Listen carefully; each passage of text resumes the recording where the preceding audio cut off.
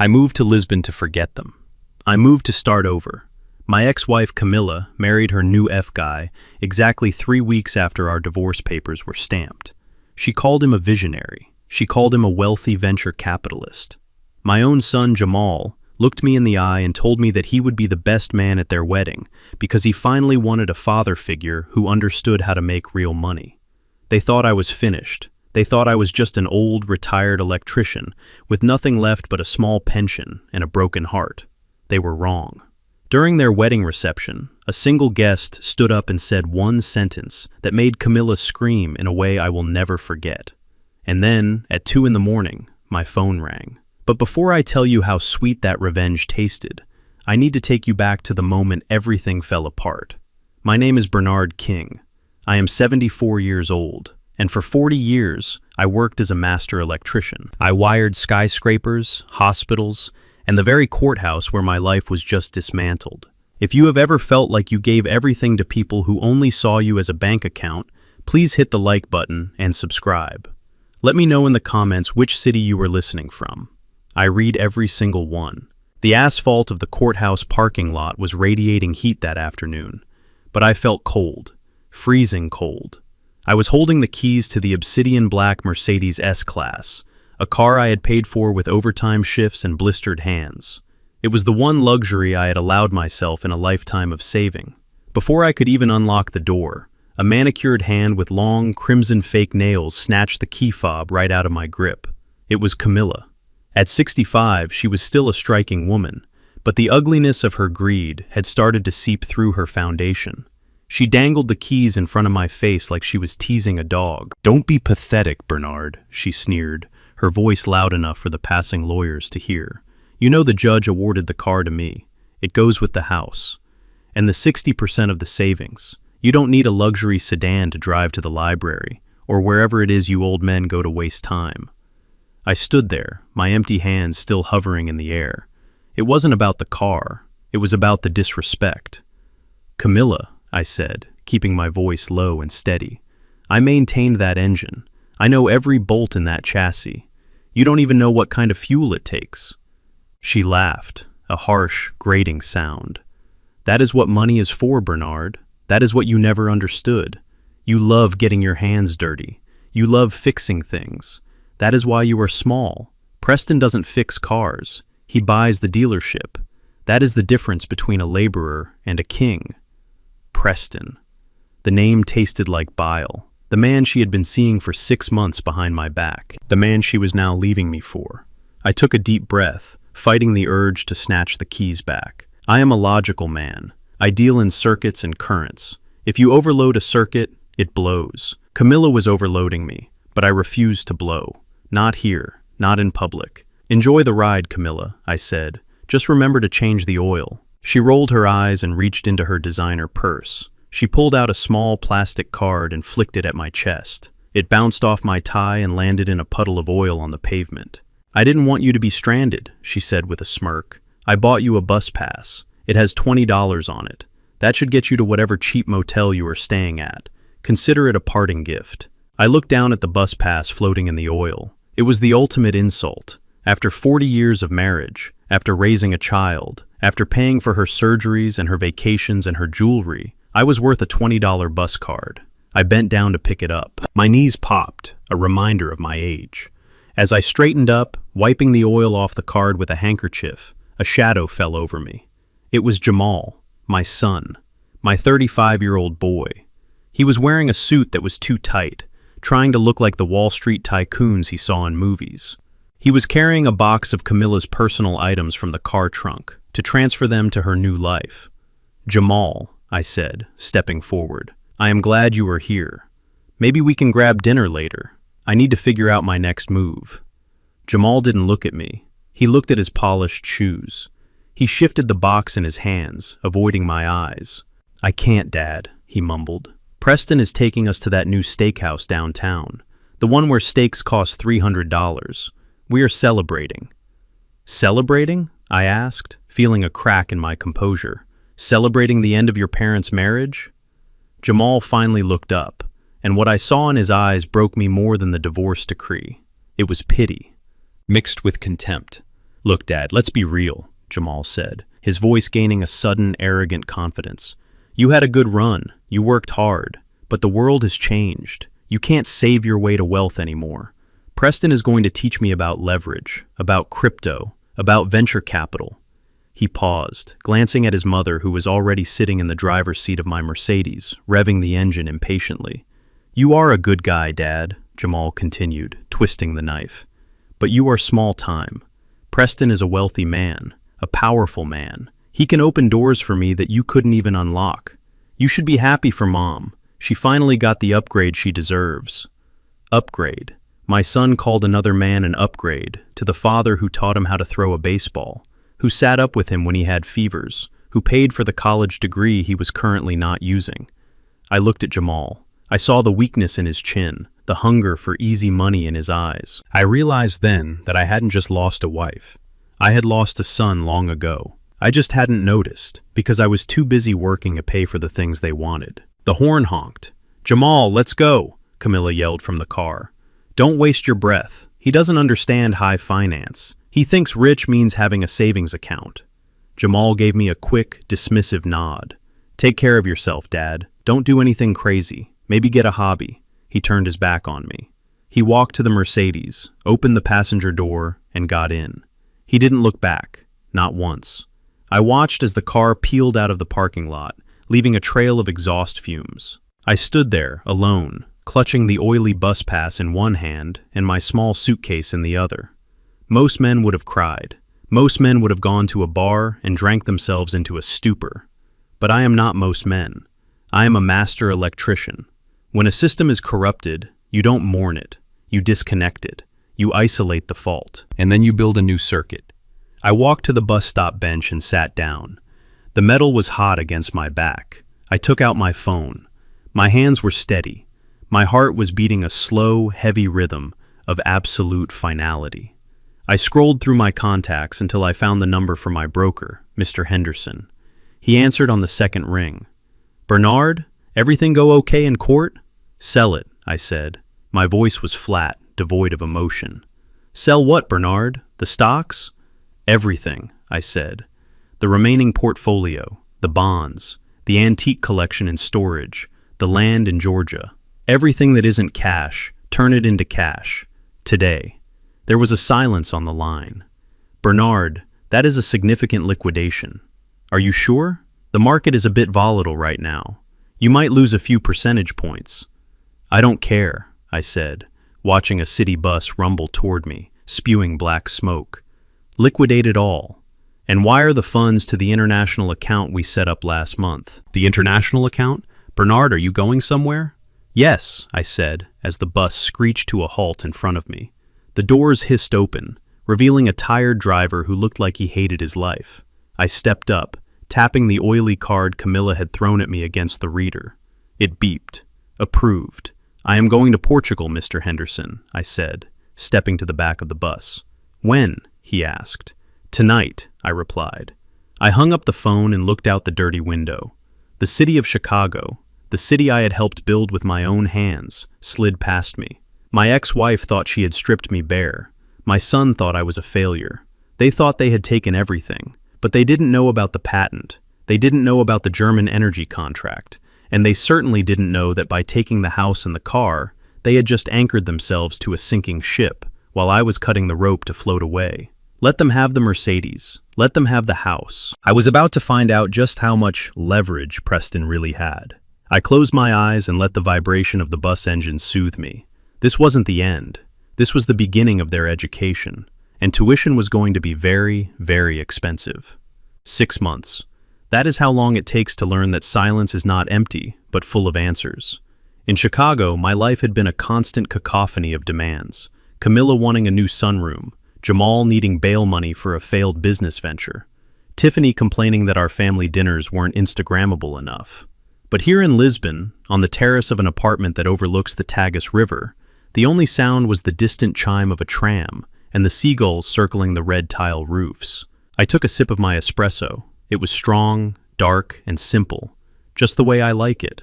My neighbors here think I am just a retired pensioner living on Social Security. They see an old man in a linen shirt and comfortable sandals, walking to the market to buy fresh sardines. They treat me with a kindness I hadn't felt in decades. Bom dia, Senor Bernard, the baker says every morning. They don't know that the man buying a €2 loaf of bread holds the primary patent for the KV400 industrial circuit breaker. They don't know that every time a factory in Berlin powers up its assembly line, or a hospital in Tokyo switches to emergency generators, a fraction of a cent is deposited into an account that Camilla never knew existed. She never asked about my work. To her, I was just a blue-collar worker with dirt under his fingernails. She didn't understand that electricity is a language, and I was one of the few people who knew how to write poetry in it. I had protected that patent, not out of greed, but out of necessity. It was my safety net, and now it was my freedom.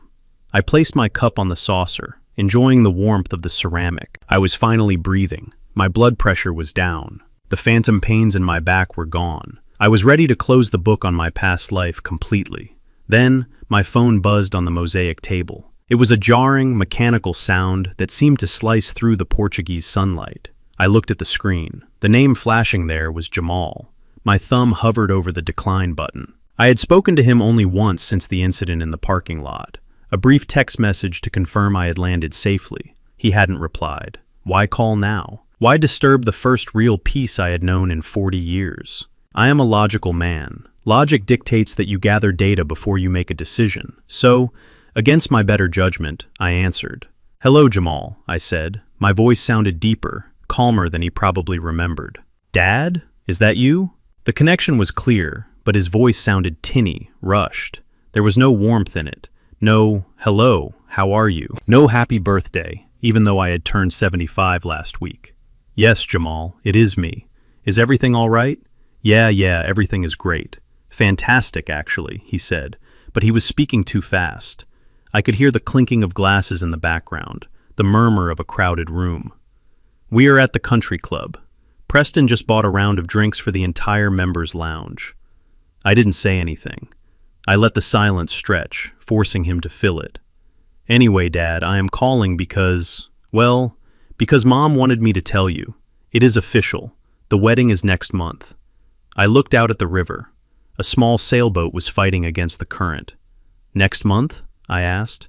The divorce was finalized 6 months ago. That is a very fast timeline. It is a whirlwind romance, Dad, Jamal said, his voice taking on a defensive edge. When you know, you know. Preston doesn't like to wait. He is a man of action, not like, he makes things happen. I closed my eyes. Even from 4,000 miles away, the comparison stung. Not because I was jealous of Preston, but because my son was so easily seduced by the flash of fool's gold. The venue is the Gold Coast Ballroom, Jamal continued, bragging now. 500 guests, lobster flown in from Maine. It is going to be the event of the decade. Mom is going to look like a queen. That sounds expensive, I said dryly. I hope she has a good prenup. There was a pause, and then a rustling sound. The phone was being moved. Give me that, a female voice hissed. It was Tiffany, my daughter-in-law, the woman who had once refused to eat my birthday cake because she said it was store-bought. Hello, Bernard, she said. Her voice was dripping with that fake sweetness that is more dangerous than acid. We just wanted to make sure you got the message clearly. We are sending an invitation, just for formality, but honestly, you don't need to come. I gripped the phone tighter. Excuse me? Look, let's be realistic, Tiffany laughed, a sound that grated on my nerves. A ticket from Europe is expensive, especially for someone on a fixed income like you. We don't want you to stress about money. And honestly, Preston has invited senators, CEOs, people from the Forbes list. It might be awkward for you. We don't want you to feel out of place in your old suits. I looked down at my shirt. It was made of Egyptian cotton, tailored by a man in Lisbon who used to dress royalty. But to Tiffany, value was only found in logos, not quality. So, you are calling to uninvite me? I asked, keeping my tone even. We are calling to save you the embarrassment, she corrected, and to let you know that you have been replaced. Preston is going to walk Jamal down the aisle when he renews his vows with me next year. He is going to be the grandfather to our future kids. He is the patriarch now. We just thought you should know so you don't show up and make a scene. She didn't wait for a response. I heard her laugh again, a nervous, high-pitched sound, before the line went dead. I slowly lowered the phone to the table. The sun was still shining, the river was still flowing, but the temperature in my world had dropped 10 degrees. Replaced, embarrassment, fixed income. I sat there for a long time, analyzing the conversation. I replayed their words in my head, stripping away the insults to find the data underneath. As an engineer, you learn that noise is often a distraction from the signal. Tiffany and Jamal were making a lot of noise. They were bragging, posturing, insulting. But why? If they were truly happy, if Preston was truly this billionaire savior, why call me? Why go out of their way to tell me not to come? If I was so insignificant, so poor, so past it, why did I still occupy enough real estate in their minds to warrant an international call? I tapped my finger on the table. 1 tap, 2 taps, 3 taps. Fear. That was the signal hidden in the noise. They were afraid. Tiffany's laugh was too loud. Jamal's praise of Preston was too frantic. They sounded like people trying to convince themselves, not me. And then a thought struck me. A cold, hard realization that made me sit up straight. Preston, the venture capitalist, the man who appeared out of nowhere, the man who was spending money like water. I thought about the house Camilla had taken. I thought about the joint accounts she had drained. And then I remembered something else. A small, seemingly insignificant detail from the divorce proceedings. A safety deposit box at the downtown bank. It was in my name, but I had given Camilla access years ago. I had assumed she cleared it out along with everything else. But what if she hadn't? What if she couldn't? And more importantly, I remembered a clause in the property deed of our old house. A mechanic's lien I had placed on the property myself 20 years ago when I rewired the entire estate to industrial standards. It was a technicality, a way to protect the asset in case of a lawsuit against my business. I had never removed it.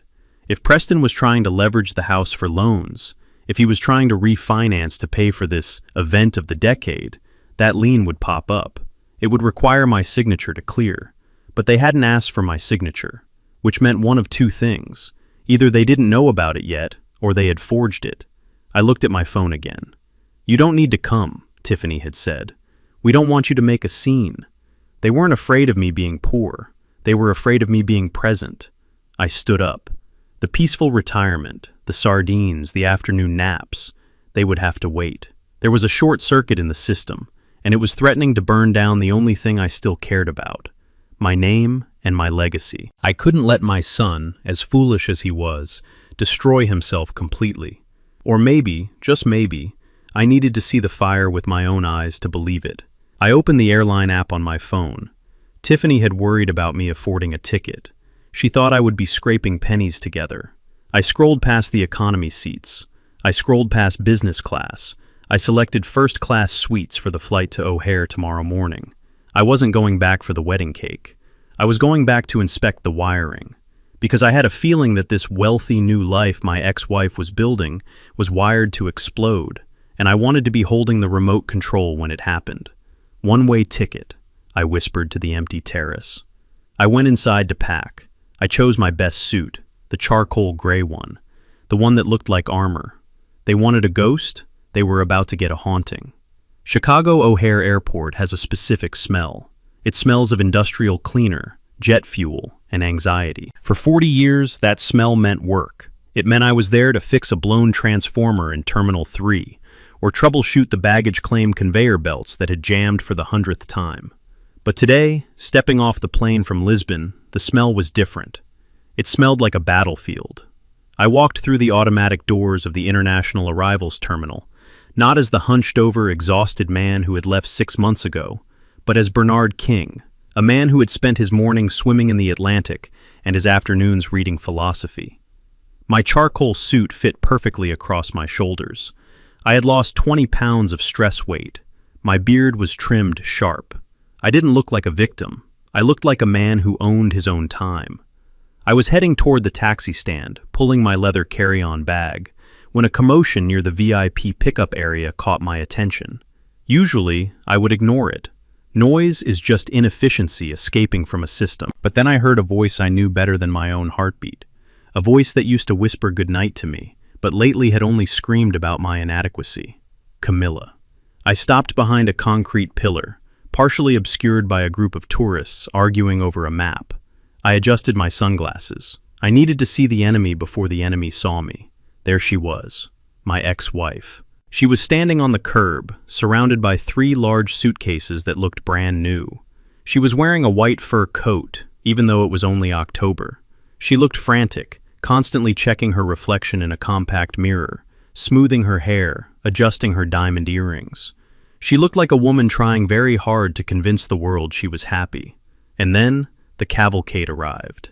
It wasn't just one car, it was a production. 3 black SUVs flanked a gleaming silver Bentley Flying Spur. The cars screeched to a halt with a dramatic flair that was entirely unnecessary for an airport pickup. A driver in a uniform jumped out to open the back door of the Bentley, and out stepped Preston.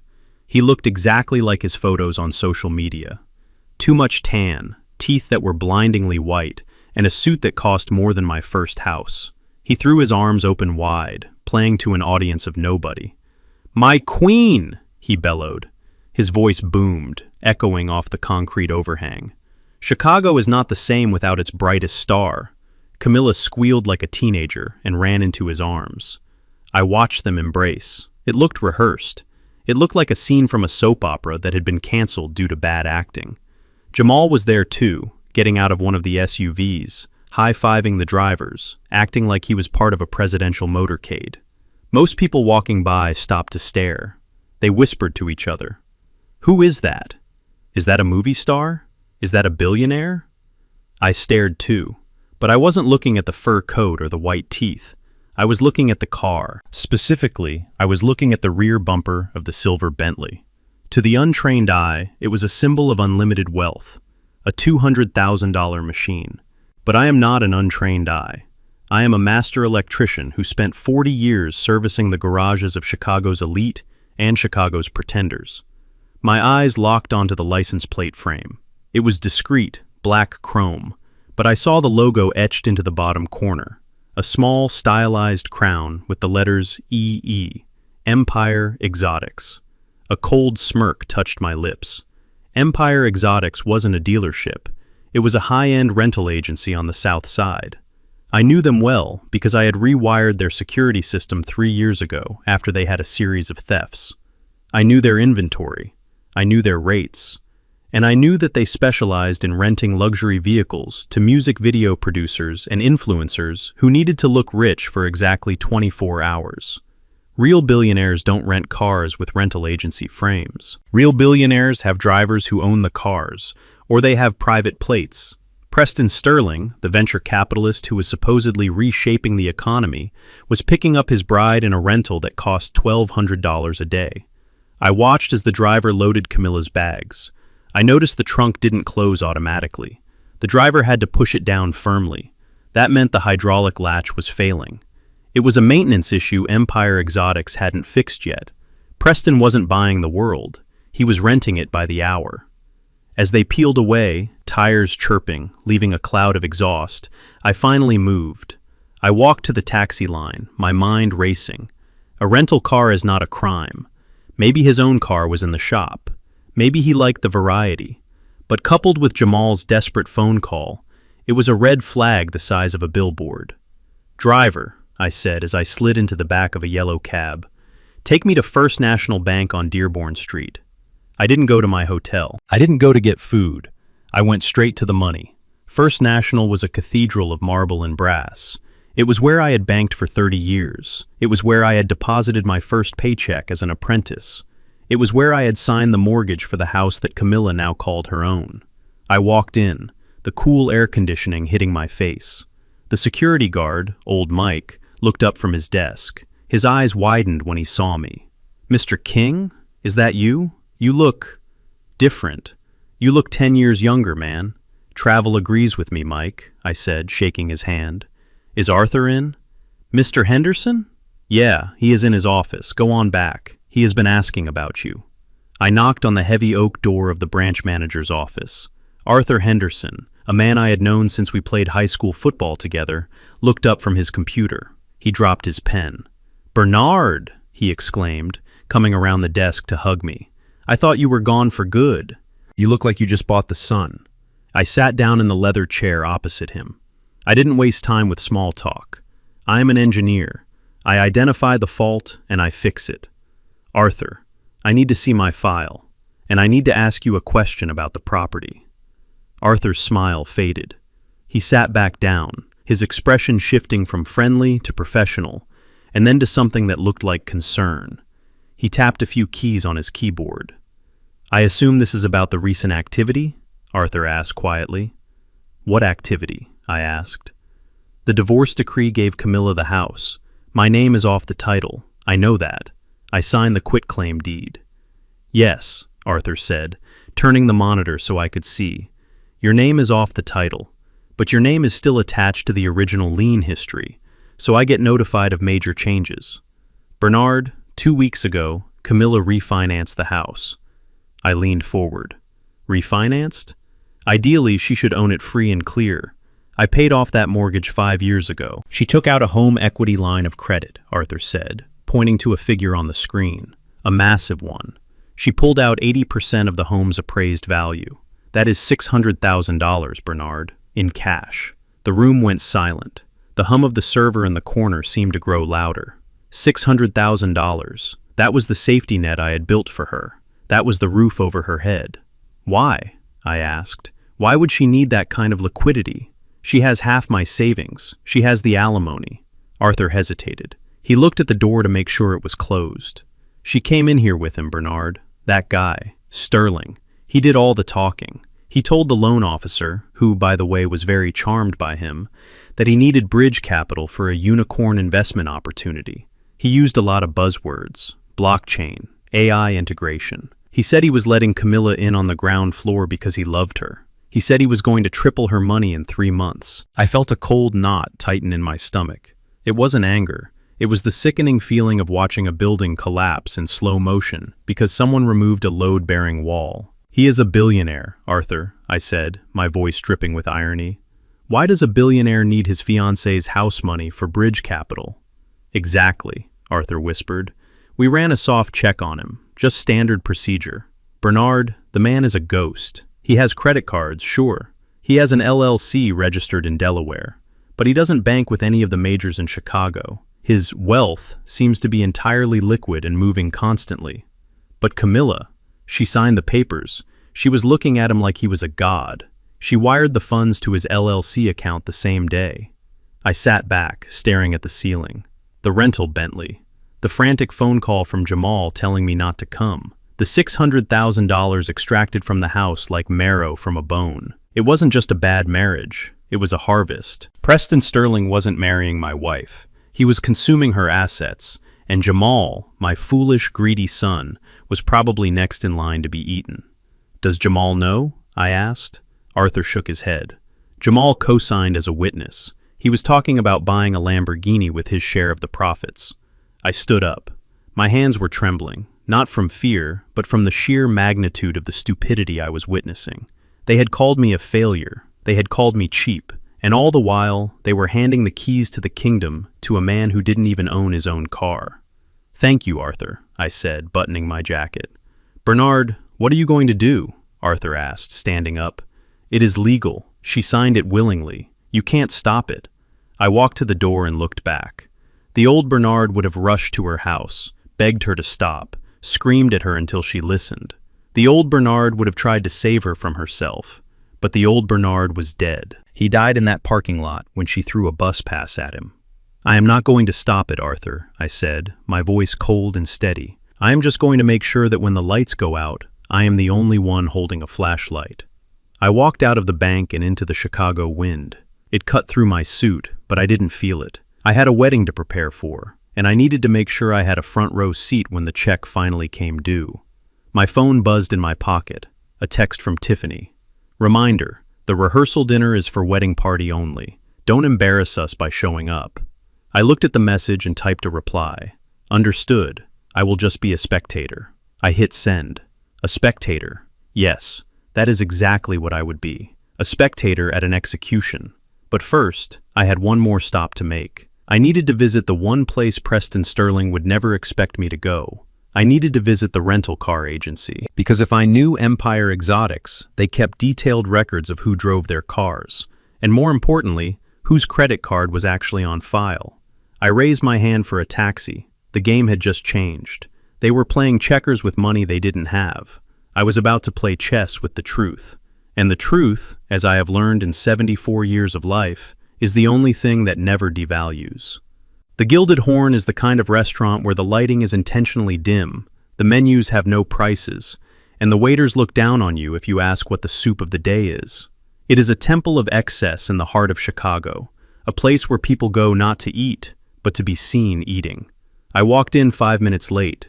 I had spent the afternoon watching my ex-wife's house from a coffee shop across the street, observing a moving truck take away the last of the furniture I had built with my own hands. Now, I was ready to see the people who were spending the proceeds. The maitre d', a young man with slicked back hair and a sneer practiced in a mirror, tried to stop me. "Do you have a reservation, sir?" he asked, his eyes scanning my suit, looking for a reason to turn me away. "I am with the Sterling party," I said, my voice calm and authoritative. His face changed instantly. "Ah, Mr. Sterling, the VIP room, right this way." He led me through the main dining room, past tables of politicians and athletes, to a semi-private alcove in the back. They were already seated, Camilla looking like a disco ball in a sequin dress that was far too young for her, Jamal nervously nursing a scotch, Tiffany scrolling through her phone, ignoring everyone, and Preston.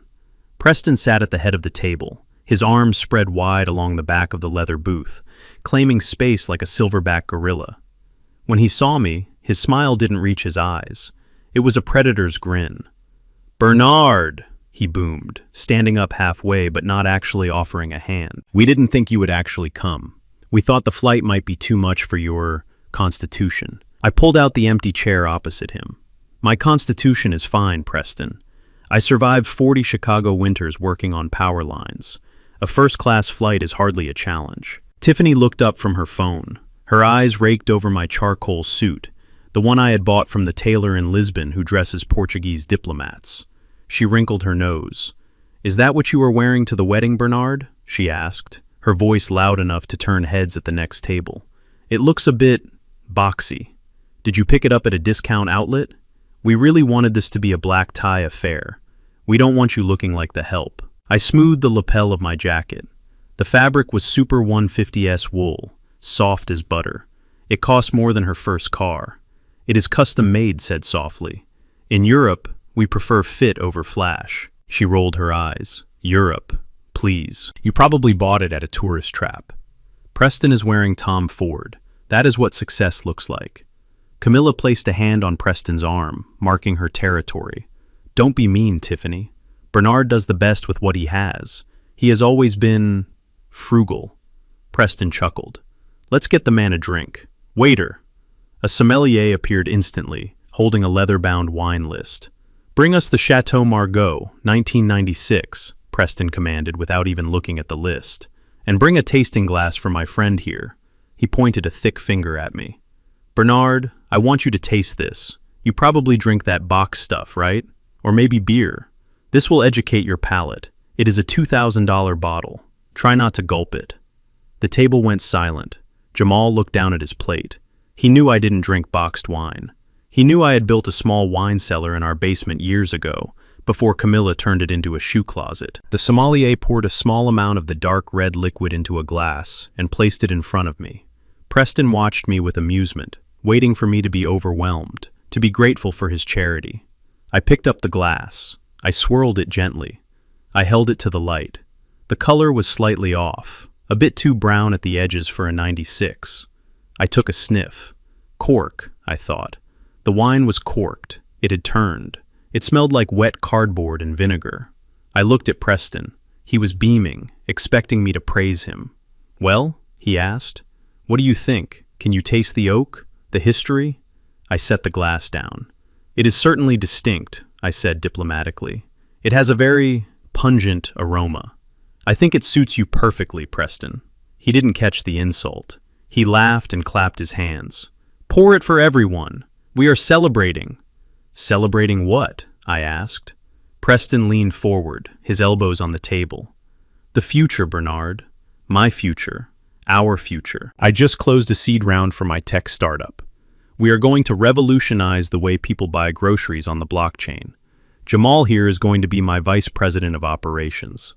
I looked at my son. Jamal, you are leaving your job at the logistics firm? That is a union job with benefits. Jamal finally looked at me. His eyes were defiant, but his hands were shaking. Dad, stop living in the past. Unions are for old people. Preston is giving me equity, stock options. When the company goes public in 2 years, I will be worth $10 million. And what is your salary until then? I asked. Jamal hesitated. We are taking a nominal salary to maximize growth, but Preston is covering my expenses. He is taking care of us. I looked at Camilla. She was nodding vigorously. He is so generous, Bernard. He paid off Jamal's student loans last week. Did you see the receipt? I asked her. Or did he just tell you he did it? Bernard! Camilla snapped. Why do you always have to be so negative? Why can't you just be happy that our son finally has a father figure who knows how to win? The words hung in the air like smoke. A father figure. Jamal cleared his throat. He reached into his jacket pocket and pulled out a small velvet box. He didn't open it, he just held it. Actually, Dad, there is something I need to tell you, Jamal said. Go on, son, Preston encouraged him, leaning back and taking a sip of the spoiled wine. He grimaced slightly but didn't say anything, too proud to admit he had ordered vinegar. Jamal took a deep breath. Dad, about the wedding. We talked about it. And, well, usually the father of the groom stands next to the groom. But what? I asked, my voice dropping to a whisper. But Preston is the one who made this wedding possible, Jamal said, the words rushing out. He paid for the venue. He paid for the honeymoon. He has been more of a father to me in 6 months than you were in 30 years. You taught me how to save pennies. You taught me how to make millions. Jamal looked at Preston, seeking approval. So, Jamal continued, I asked Preston to be my best man, and to stand in the father's place during the ceremony. He will give the toast. He will sign the registry. And where do I stand? I asked. Tiffany chimed in, smiling cruelly. You are a guest, Bernard. We have a table for you near the back, next to Great Aunt Martha. You know, the deaf one. We didn't want you to feel pressured to make a speech. We know you aren't very articulate. I looked at the 4 of them. My ex-wife, who sold our memories for a rental car ride. My daughter-in-law, who measured human worth in Instagram likes. My son, who was trading his dignity for stock options in a company that didn't exist. And Preston, the conductor of this train wreck, drinking rotten wine and thinking it was nectar. I felt a strange sensation in my chest. It wasn't pain. It was relief. The final tether had been cut. I was free. I stood up slowly. I buttoned my jacket. I understand, I said. Preston laughed. No hard feelings, old sport. It is just business, evolution, survival of the fittest. I picked up my water glass. To the groom, I said, looking at Jamal, may your equity be as real as your loyalty. I turned to Preston. And to the new patriarch, I hope your wallet is as thick as your mouth, Preston, because carrying this family is heavier than it looks. Preston's smile faltered for a second. What is that supposed to mean? It means, enjoy the dinner, I said. I have an early flight to catch, or at least, that is what I am telling myself. I turned and walked away. I didn't look back. I could feel their eyes on me. I could hear Tiffany whispering, God, he is so bitter. I walked past the open kitchen, past the wine cellar, and stopped at the host stand near the front door. I waited. I wasn't leaving just yet. I pretended to check my coat, lingering in the shadows of the foyer. Through the glass partition, I watched the waiter approach their table with the bill. It was a black leather folder. Preston snatched it up with a flourish, not even checking the total. He pulled out a black metal credit card and tossed it onto the tray like a throwing star. I counted the seconds. 1, 2, 3. The waiter walked to the terminal at the side station. He swiped the card. He frowned. He wiped the strip on his apron and swiped it again. He tapped the screen. He walked back to the table. He leaned down and whispered something to Preston. Preston laughed loudly, waving his hand. He said something that looked like, try it again. The waiter went back, swiped again. Then he picked up the phone next to the register. He spoke for a moment, then hung up. He walked back to the table, this time without the folder. I saw Preston's face change. The red flush started at his neck and crept up to his hairline. He patted his pockets. He pulled out another card, a blue one. He gave it to the waiter. The waiter returned to the terminal. Swipe. Pause. Shake head. I saw Camilla reach into her purse. She pulled out a card, but Preston stopped her. He grabbed her wrist. He was arguing with the waiter now. I could see his gestures getting wilder. He was pointing at his suit, pointing at the table, probably screaming, "Do you know who I am?" The manager began to walk over. That was all I needed to see. The first crack in the dam. The water was starting to leak through. I pushed open the heavy front door and stepped out into the cool Chicago night. The air tasted sweet. "Hey, buddy," a valet called out. "You need your car?" "No," I said, flagging down a passing taxi. "I don't have a car. I have a bus pass, and it is the most valuable thing in the world right now because it is paid for." As the taxi pulled away, I looked back at the restaurant. Through the window, I saw Preston standing up, red-faced, while Jamal frantically searched his own empty pockets. The dinner was on them, but the real bill? The real bill was coming tomorrow, and the interest rate was going to be deadly. The wind off Lake Michigan in October cuts through you like a knife. But on the deck of the yacht Preston had chartered, the cold was the only honest thing present. The vessel was named the Golden Horizon, 120 feet of fiberglass and vanity bobbing in the dark water. It was impressive, I will admit. Waiters in white tuxedos circulated with trays of caviar that looked like buckshot, and a jazz quartet played softly in the corner, fighting a losing battle against the wind. I stood by the railing, clutching a glass of sparkling water. I watched the city skyline drift by, the lights of Chicago shimmering like distant stars. It was the city I had helped power, grid by grid, wire by wire. Now, I felt like a stranger floating past it. Tiffany had made it clear that my presence was tolerated, not desired. She had placed me at a small, high-top table near the stern, away from the heat lamps and the VIP seating. But from my vantage point in the shadows, I could see everything. I was the safety inspector looking at a building that was about to be condemned. The center of gravity, as always, was Preston. He was holding court near the bow, surrounded by a group of men who looked hungry. Not hungry for food, but for the kind of easy money that ruins lives. Jamal was right next to him, practically vibrating with excitement. My son looked like a child who had been invited to the grown-ups table for the first time, unaware that he was actually on the menu. I moved closer, keeping to the edge of the crowd. I wanted to hear the pitch. "Gentlemen," Preston's voice carried over the wind, loud and confident. "The banking system is a dinosaur. It is slow.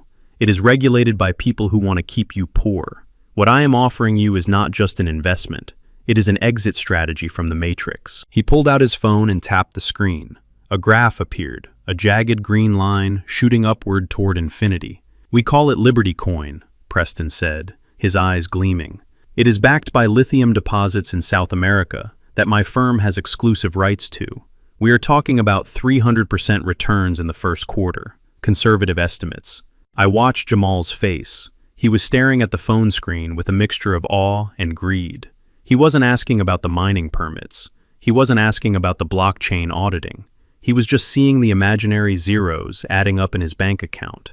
"I'm in," one of the guests said. A man I recognized as a local car dealership owner. "Put me down for 50. 50,000, Preston laughed, a dismissive sound. "That is a good starter position, Mike, but the real tier begins at 200. That is where you get the founder's equity." "I'll do 200, Jamal blurted out. My heart stopped. $200,000. That was everything. That was the money from the house refinance. That was the money Camilla needed to live on when this house of cards collapsed. Preston clapped a hand on Jamal's shoulder, squeezing it tight. "That is my boy. That is vision. You see, gentlemen, this young man understands the future. He is not afraid to pull the trigger. I wanted to step in. I wanted to grab Jamal by the lapels and shake him until his teeth rattled. I wanted to scream that lithium rights are public record, and if Preston really had them, he wouldn't be pitching to car dealers on a rental boat in Chicago. He would be on Wall Street. But I knew Jamal wouldn't listen. He was drunk on the proximity to power. To intervene now would only make me the villain in their success story. Then, the sliding glass doors of the main cabin opened, and Camilla stepped out. If Preston was the king of this delusion, Camilla was the queen. She was wearing a silver gown that hugged curves she had maintained with expensive surgeries. But what caught the light wasn't the dress. It was the necklace. It was a cascading waterfall of diamonds, wrapping around her neck and dripping down toward her chest. It was massive, ostentatious. It had to be 50 carats comfortably. Preston left the circle of men and walked over to her, taking her hand and kissing it. "And here is the inspiration for it all," he announced. "My beautiful bride, wearing the Sterling family diamonds. These stones have been in my vault for generations." The crowd oh'd and awed. Tiffany rushed over, snapping photos with her phone, the flash blinding in the dark. "Oh my God, Camilla, you look like royalty," Tiffany squealed. "Those are insane." Camilla touched the stones at her throat, her face flushed with pride. She looked at me, spotting me in the shadows. She lifted her chin, a gesture of pure defiance. "See what I have?" her eyes said. "See what you could never give me?" I took a step closer. The engineer in me took over. I have a habit, a compulsion really, to understand how things are made. Years ago, for our 30th anniversary, I had saved for 3 years to buy Camilla a sapphire pendant. It wasn't huge, but it was flawless. I had spent weeks with a gemologist, learning about clarity, cut, and the refractive index. I learned how light behaves when it enters a dense stone. I learned that a real diamond has a very specific way of breaking light. It handles light with dignity. It flashes gray and white, with subtle fires of orange or blue. I narrowed my eyes, focusing on the necklace as Camilla moved under the deck lights. The stones were flashing, but they were flashing too much. They were throwing out a disco ball effect. Reds, greens, purples. It was a chaotic explosion of color. That is known as double refraction. Diamonds are singly refractive. They don't split light like that. Moissanite does. Cubic zirconia does. High-end lead glass does. I felt a cold smile touch my lips. The Sterling family diamonds, stones that had been in his vault for generations. It was a lie. A physical, provable lie hanging right around my ex-wife's neck. If the diamonds were fake, the lithium mines were fake. The coin was fake. The man was fake. I looked at Preston. He was basking in the adoration, his arm around Camilla's waist. He looked invincible. But I saw the sweat on his upper lip, despite the freezing wind. I saw the way his eyes darted around the perimeter, constantly scanning, constantly checking. He wasn't a billionaire relaxing on his yacht. He was a fugitive hiding in plain sight. I reached into my pocket and pulled out my phone. I didn't raise it high. I held it at chest level, pretending to check a message. "Hey, Preston," I called out, my voice cutting through the chatter. He looked over, annoyed at the interruption. "What is it, Bernard?" "I just wanted to say," I continued, stepping into the light, "that is a magnificent setting. It reminds me of the pieces they sell on the Miracle Mile." Preston stiffened. His smile froze. For a split second, the mask slipped. He knew that I knew. He saw the calculation in my eyes. "Thank you, Bernard," he said curtly. "Now if you will excuse us." He turned Camilla away, shielding her from me, shielding the lie from the only person on the boat who knew how to use a jeweler's loop. But it was too late. I had the shot. I looked down at my screen. The image was crisp. Preston's face was illuminated by the deck lights, clear as day. I opened my encrypted messaging app. I scrolled down to a contact saved as Frank the Shark. Frank was an old friend from the neighborhood. We used to play chess in the park on Sundays. Frank was also a senior fraud investigator for one of the largest insurance underwriters in the Midwest. He spent his days hunting down people who faked their own deaths or burned down their own warehouses. He had a database that the FBI would be jealous of. I attached the photo. I typed a simple message. "Frank, do me a favor. Run facial recognition on this guy. Goes by Preston Sterling. Claims to be VC. I think he is wearing glass and selling fog. Let me know what hits." I pressed send. The little circle spun for a second, then turned into a check mark. Sent. I looked up. Jamal was shaking hands with Preston, sealing the deal on the $200,000 investment. Camilla was laughing, touching her fake diamonds, oblivious to the fact that she was wearing a symbol of her own bankruptcy. I finished my sparkling water. It tasted flat. I had done my part. I had gathered the data. Now, I just had to wait for the lab results. As I walked toward the gangplank to leave the party early, Tiffany blocked my path. She had a glass of champagne in her hand and a smirk on her face. "Leaving so soon, Bernard?" she asked. "It must be hard, seeing what a real provider looks like." I looked at her. I looked at the yacht that wasn't theirs. I looked at the jewelry that wasn't real. And I looked at the son I had lost to this illusion. "It is educational, Tiffany," I said quietly. "I am learning a lot tonight." "About what? Being second best?" "No," I said, stepping around her. "About the cost of tuition." I walked down the ramp onto the solid concrete of the dock. The ground beneath my feet felt good, stable, real.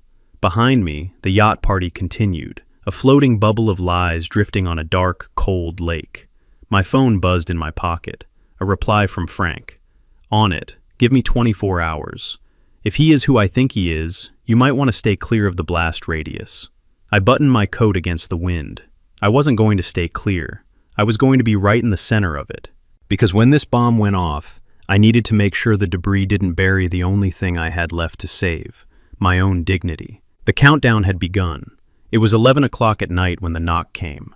It wasn't a polite tap. It was a rhythmic, impatient pounding that shook the heavy door of my hotel room.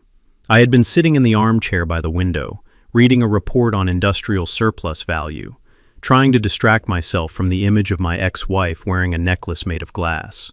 I knew who was at the door before I even opened it. There is a specific cadence to desperation, and my son Jamal had been broadcasting it for 2 days. I opened the door. Jamal stood in the hallway, bathed in the yellow fluorescent light. He looked terrible. His tie was loosened, hanging askew like a noose he had failed to tighten properly. His eyes were bloodshot, and there was a sheen of sweat on his forehead despite the air-conditioned chill of the hotel. He didn't say hello. He didn't ask if I was busy. He simply pushed past me into the room, bringing with him the smell of stale scotch and expensive cologne. I closed the door gently. I watched him pace the small, carpeted area between the bed and the desk. He was vibrating with nervous energy, his hands opening and closing into fists. "Do you want some water, Jamal?" I asked, keeping my voice low. "You look dehydrated." "I don't need your water, Dad," he snapped, spinning around to face me. "I need you to be reasonable. For once in your life, I need you to stop being a roadblock and start being a team player." I walked over to the minibar and poured a glass of water anyway. I placed it on the desk. "I am always reasonable," I said. "That is why I am an engineer. Reason is what keeps buildings from falling down. What is the emergency, son?" Jamal reached into the inner pocket of his jacket. He pulled out a document, folded into thirds. It looked like it had been handled roughly. He smoothed it out on the desk, his movements jerky and uncoordinated. "It's the trust," he said. "The education fund you set up for the grandkids." I looked at the paper. It was the deed to the King Family Trust. It wasn't a fortune. It was $50,000 that I had scraped together over 20 years. Every time I worked a holiday, every time I took a double shift in a freezing basement, I put $100 into that account. It was meant to ensure that if Jamal ever had children, they wouldn't have to start at zero like I did. "What about it?" I asked. "It is sitting in a conservative bond index. It is safe." "That is the problem," Jamal shouted, throwing his hands up. "It is safe. It is stagnant. It is making 3% a year, Dad. 3%. Inflation is eating it alive." "And let me guess," I said, leaning against the wall. "Preston has a better idea?" Jamal's eyes lit up with that fanatical gleam I had seen on the yacht. "Yes." Preston looked at the portfolio. "He laughed, Dad. He actually laughed. He said it was money under a mattress. He wants to move it into his liquidity pool. He can guarantee 15% monthly returns. He wants to manage it for us, for free, because he cares about the family legacy." I felt a sharp pain in my chest. It wasn't a heart attack. It was the heartbreak of realizing that my son wasn't just a victim. He was a willing accomplice to his own destruction. He was willing to take the only pure thing I had created, a safety net for unborn children, and feed it to a wolf. "So you were here to get me to sign over the trustee rights?" I asked. "I am here to get you to sign the release," Jamal corrected. "Preston needs full authorization to move the principal, tonight. The market opens in Tokyo in 3 hours, and he wants to position the capital before the morning bell." "And if I refuse?" I asked. Jamal stopped pacing. He looked at me, and for the first time, I saw something truly dark in his face. It was the look of a man who had burned so many bridges, he had no choice but to jump into the fire. "Don't make this ugly, Dad," he said, his voice dropping to a menace. "Preston has lawyers, powerful lawyers. If you claim to be managing this money, but you are mismanaging it by letting it stagnate, that is a breach of fiduciary duty. We can sue you. We can have you declared incompetent." Preston said he could have a competency hearing scheduled by Monday. "Do you want to spend your retirement fighting a legal battle you can't afford?" I stared at him. My own son was threatening to declare me senile. He was threatening to drag me through the mud, to destroy my reputation, all to get his hands on $50,000 to give to a con artist. I realized then that the boy I raised was gone. The boy who used to cry when he scraped his knee. The boy who used to help me carry my toolbox. He had been consumed. What stood before me was a hollow shell, filled with another man's lies. "You would do that?" I asked softly. "You would sue your own father." Jamal flinched, just for a second. But then the greed took over again. "I am doing what is best for the family," he said, reciting the script. "I am maximizing our assets.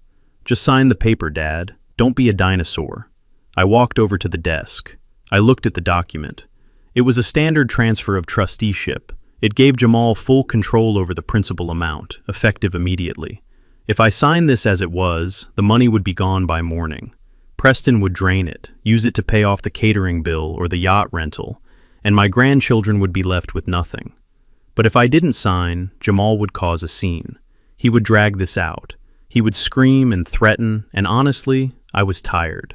I was so incredibly tired of fighting a war against people who were determined to surrender. But I am a master electrician. When you can't stop the current, you divert it. You install a breaker.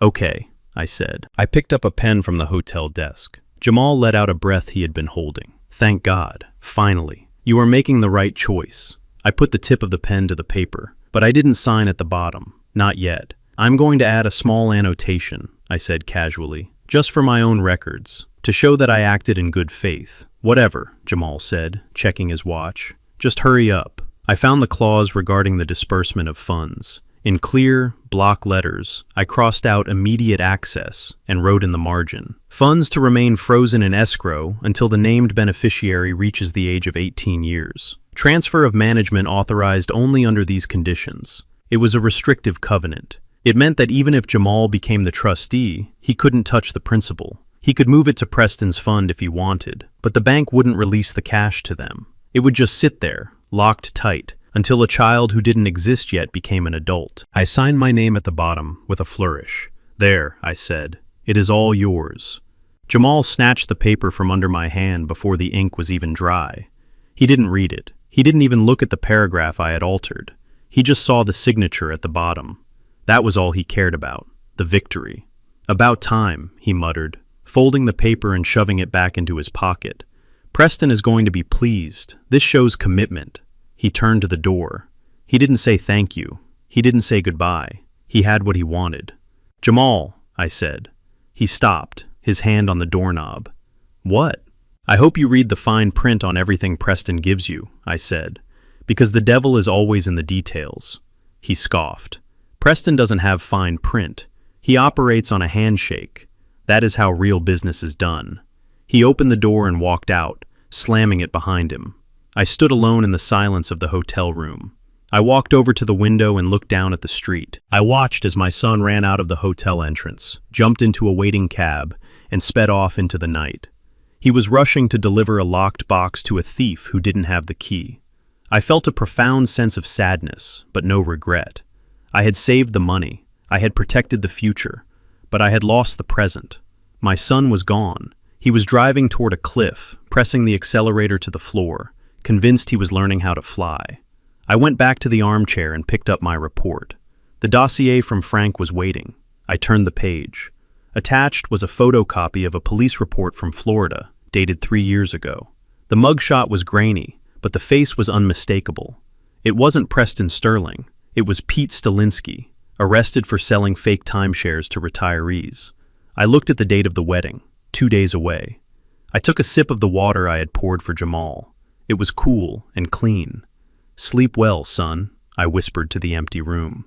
You are going to need your rest, because when you wake up, the nightmare is going to be very, very real. The Gold Coast Ballroom had been transformed into a botanical garden. It was a spectacle of excess that bordered on the obscene. Thousands of white orchids, likely flown in from Thailand that very morning, hung from the ceiling in cascading waterfalls. The scent was so thick it felt like walking into a perfume factory. A 20-piece symphony orchestra sat on a raised platform, playing Mozart with a precision that cost $500 an hour per musician. Everything about the room screamed wealth. Everything about it was designed to say, "Look at us. Look at how much we have. Look at how far we have risen." But I am an engineer. I don't look at the decoration. I look at the structure. I looked at the floor and saw that the heavy floral arrangements were blocking the fire exits. I looked at the lighting rig and saw that the cables were taped down haphazardly, a lawsuit waiting to happen. And I looked at the people, my family, and saw a foundation that was already crumbling into dust. I stood at the entrance, holding my invitation. A young usher with a clipboard looked at my name, then looked at me, then looked down at his list again. He hesitated, his face flushed with second-hand embarrassment. "Mr. King," he said softly. Right this way." He didn't lead me to the front, where the family usually sits. He didn't lead me to the middle, where the friends and colleagues were chatting. He walked me past the ice sculptures, past the chocolate fountains, past the rows of velvet chairs reserved for the people Preston was trying to impress. We kept walking until we reached the back wall. "Here we are, sir," the usher mumbled, not making eye contact. "Table 42. It was the very last table in the room. It was positioned directly next to the swinging double doors of the kitchen, where waiters were rushing in and out with trays of food, creating a constant clatter of silverware and shouting. To my left was the entrance to the restrooms. Every time someone opened the door, the smell of industrial air freshener and plumbing wafted over our centerpiece. I sat down. My companions at the table were a collection of ghosts from the past. There was Great Aunt Martha, who was 90 years old and thought she was at a bingo hall. There was a second cousin from Camilla's side, who I hadn't seen in 15 years and who was already drunk. And there were 3 empty chairs. Even the outcasts didn't want to sit here. This was it. This was my place in their new world. I wasn't just an ex-husband. I was garbage. I was something to be hidden away near the toilets and the trash. I placed my hands on the tablecloth. It was silk. I calculated the cost of this wedding in my head. The flowers, the venue, the orchestra, the food. It had to be upwards of $300,000. Half the money Camilla had extracted from the house was already gone, burned up in a 6-hour party to celebrate a fraud. I poured myself a glass of water from the pitcher. I didn't drink the wine. I needed a clear head. Suddenly, a sharp jolt rocked my chair.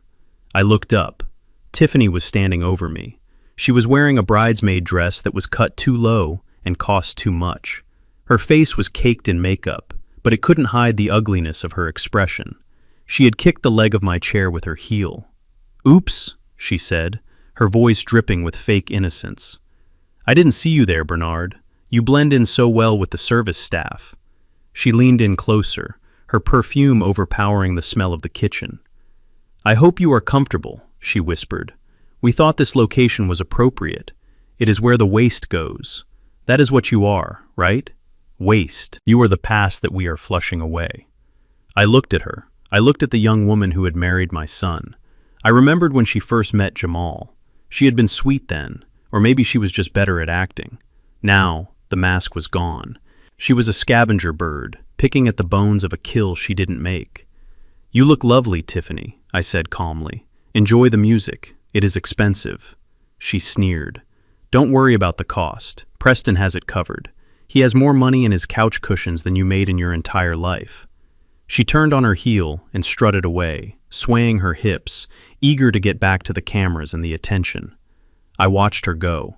I felt a strange sense of pity. She thought she was winning. She thought kicking an old man's chair made her powerful. She didn't know that she was standing on a trap door, and I was holding the lever. I turned my attention to the front of the room. The ceremony was about to begin. Preston stood at the altar. He was wearing a white tuxedo jacket with black lapels. He looked like a game show host from the 1970s. To the rest of the room, he probably looked confident.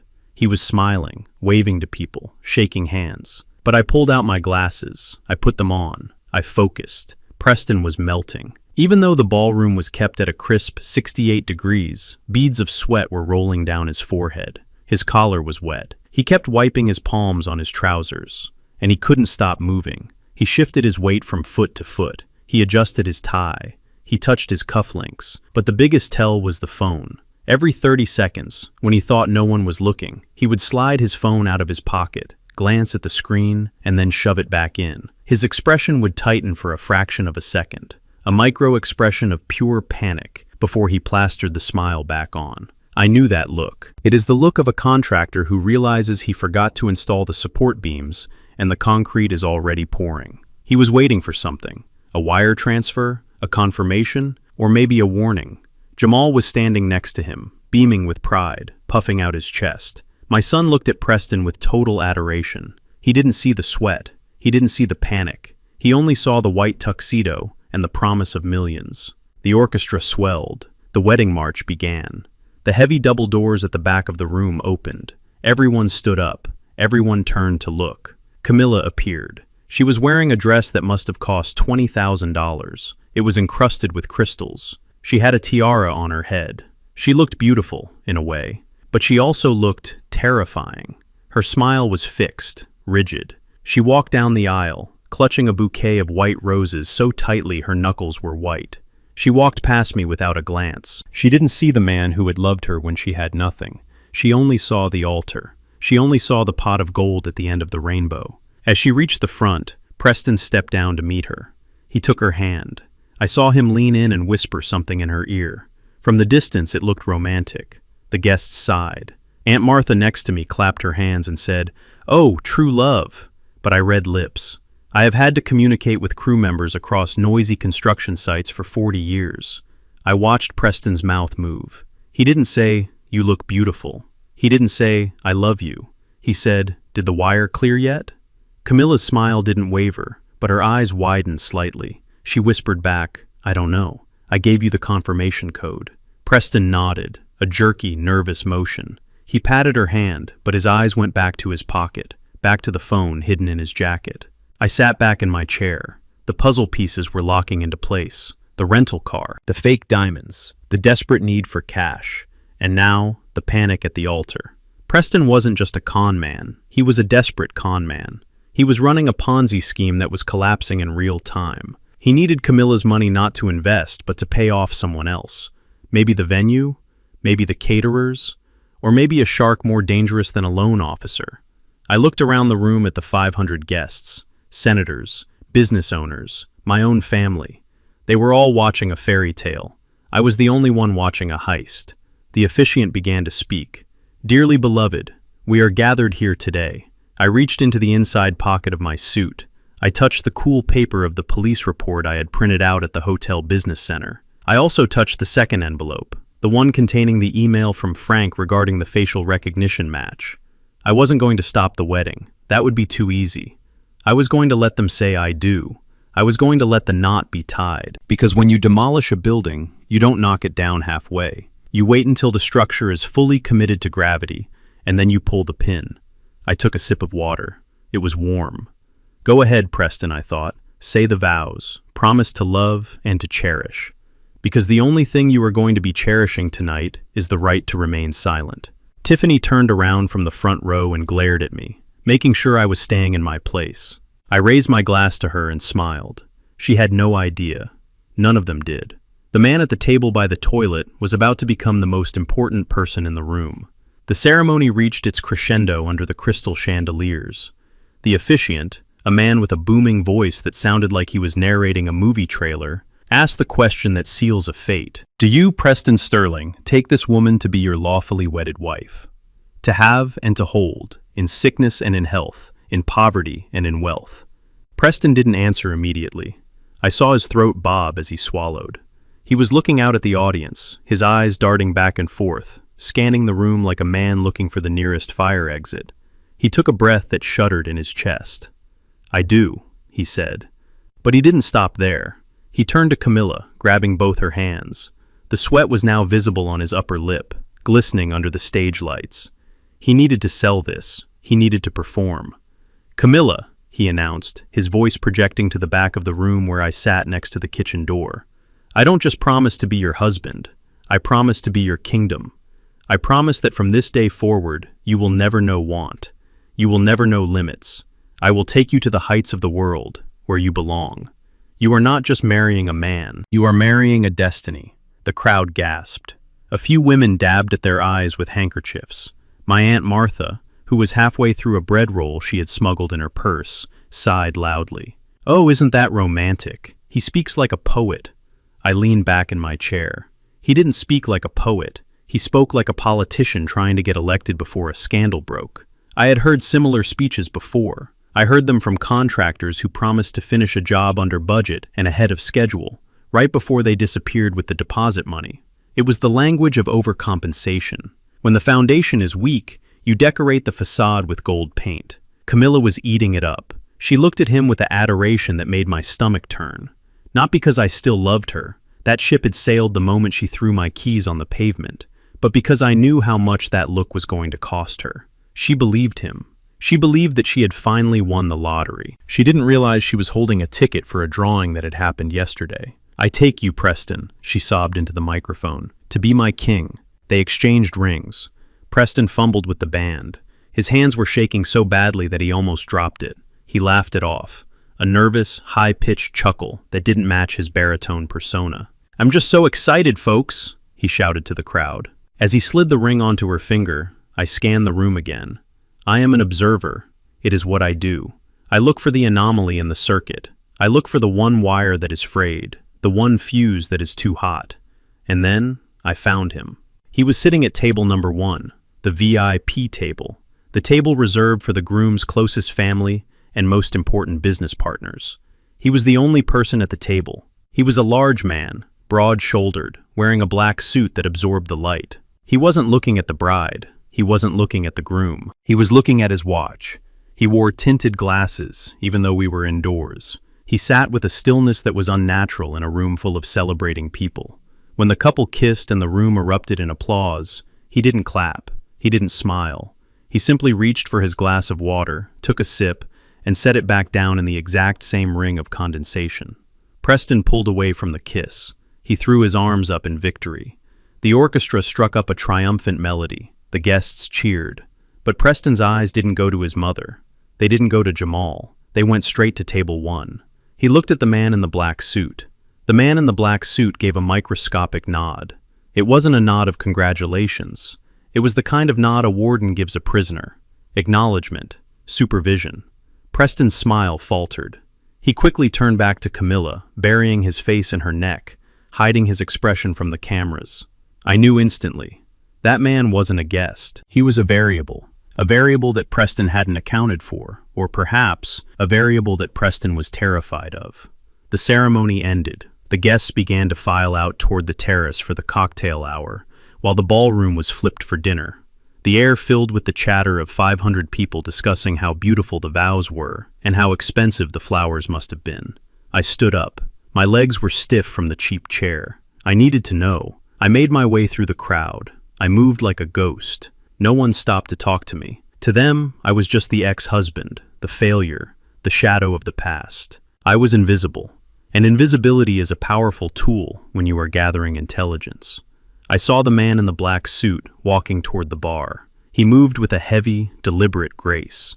He walked like a man who owned the floorboards beneath his feet. I followed him. The bar was crowded, but people seemed to instinctively clear a path for him. He radiated a cold aura that made the socialites uncomfortable. He didn't order champagne. He didn't order a cocktail. "Soda water with a lime," he told the bartender. I slid into the empty space next to him. I ordered the same. "Nice ceremony," I said, staring straight ahead at the rows of bottles.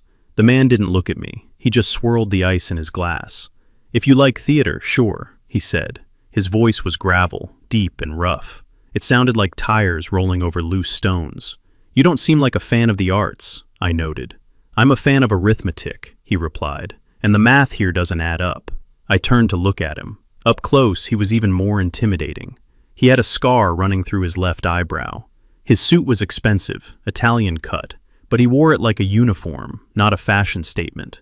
"I'm Bernard," I said. I didn't offer my hand. "I know who you are," he said. He finally turned his head. Behind the tinted lenses, I could feel his eyes assessing me. "You're the ex-husband. The electrician," I corrected him. "Master electrician." He smirked, a small, humorless twitch of the lips. "Right. The man who got away." "Got away?" I asked. "You are the only person in this room who isn't drowning, Bernard. You just don't know it yet." He took a sip of his soda. He looked over my shoulder, toward the terrace where Preston was currently posing for photos, holding a glass of champagne high in the air, laughing manically. "Look at him," the man said softly. "He looks like a man who just won the race, but he doesn't realize he is running on a treadmill." I decided to push. I decided to apply voltage to the circuit and see what sparked.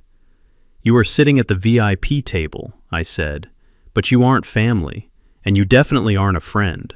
Preston looked at you during the vows like he owed you his soul." The man chuckled, a dry, dark sound. "Not his soul," the man said, "just his life, or at least the version of his life he is trying to sell to these people." He turned his body fully toward me. He took off his glasses. His eyes were cold, gray, and completely devoid of empathy. "I am not a guest, Bernard. I am the reason this circus is happening."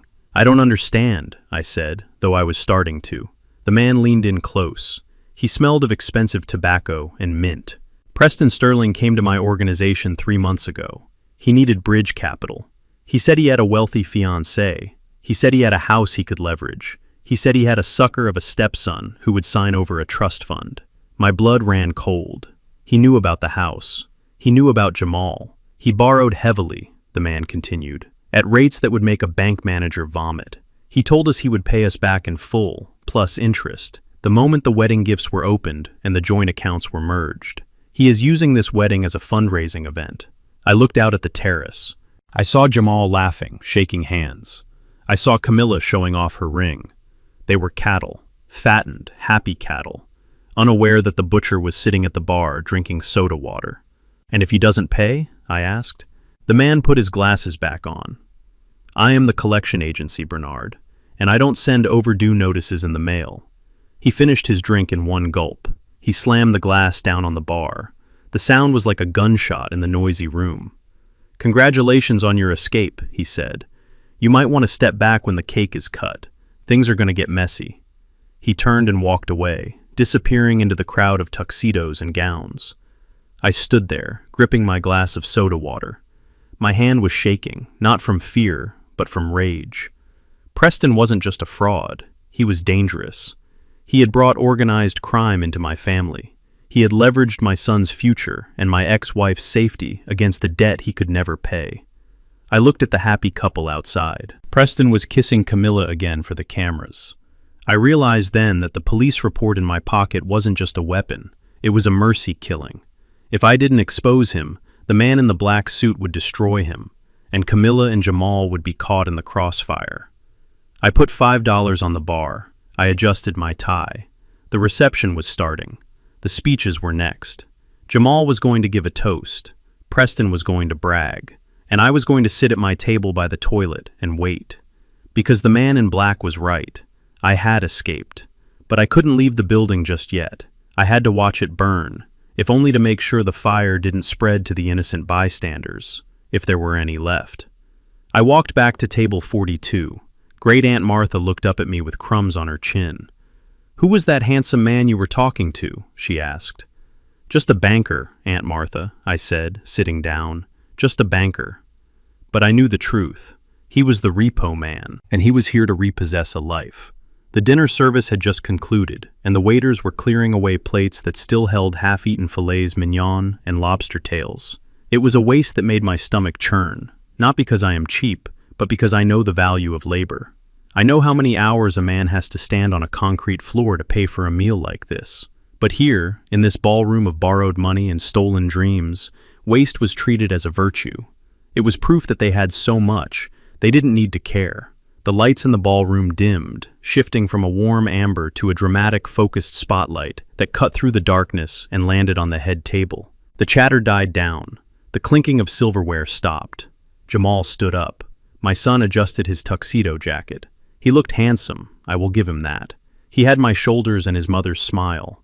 But as he took the microphone from the MC, I saw a stranger. His posture was arrogant, his chin lifted in a way that mimicked Preston exactly. He tapped the microphone twice, thump, thump, a sound that echoed through the massive speaker system. "Ladies and gentlemen, distinguished guests, and my new family," Jamal began. His voice was smooth, practiced. He had clearly rehearsed this in front of a mirror. He paused for effect, letting his gaze sweep over the VIP tables. He didn't look toward the back of the room. He didn't look toward the kitchen doors, where I sat next to the ice machine. "We are here to celebrate love," Jamal continued. "But for me, today isn't just about a wedding. It is about an awakening. It is about realizing that life doesn't have to be a struggle. It doesn't have to be a slow, painful climb up a ladder that leads nowhere." I took a sip of my lukewarm water. I knew where this was going. "Growing up," Jamal said, his voice dropping to a somber, almost tragic tone, "I was taught that money was scarce. I was taught that you had to hoard every penny. I was taught that dreaming big was dangerous because you might fall. My childhood was defined by the word no. No, we can't afford that trip. No, that car is too expensive. No, we don't take risks." A few guests nodded sympathetically. Poor boy, they were thinking. Growing up with a father who paid his bills on time and saved for college. How traumatic. "I was raised in the shadow of fear," Jamal said, gripping the microphone stand. "I was raised by a mindset that believed survival was the same thing as living. I love my biological father. Wherever he is," he waved a vague hand toward the back of the room, not even bothering to point at me. It was a dismissal. It was a gesture you would use to shoo away a fly. But he is a man of the past. He is a man of the industrial age. He fixes things that are broken, but he never knew how to build something new. I felt a sharp pang in my chest, but I suppressed it. "I am an engineer." I analyzed his statement. "I fixes things." Yes, I fixed the electrical grid that was currently powering the microphone he was using to insult me. I fixed the safety systems that protected the hospital where he was born. He saw labor as a failure. I saw it as the foundation of civilization. But then, Jamal's face lit up. He turned to Preston. Then I met Preston Sterling. Applause broke out. Preston beamed, waving regally to the crowd. "Preston didn't just step into my mother's life," Jamal said, his voice rising with emotion. "He stepped into mine. He showed me that a man isn't defined by how much he saves, but by how much he generates. He taught me that the only limit is the one you put on yourself. In 6 months, Preston has taught me more about business, about courage, and about being a man than I learned in 35 years of mediocrity." Mediocrity. The word hung in the air. Camilla was sobbing now. She was dabbing her eyes with a silk napkin, looking at Jamal with overwhelming pride. She thought this was beautiful. She thought her son was finally expressing himself.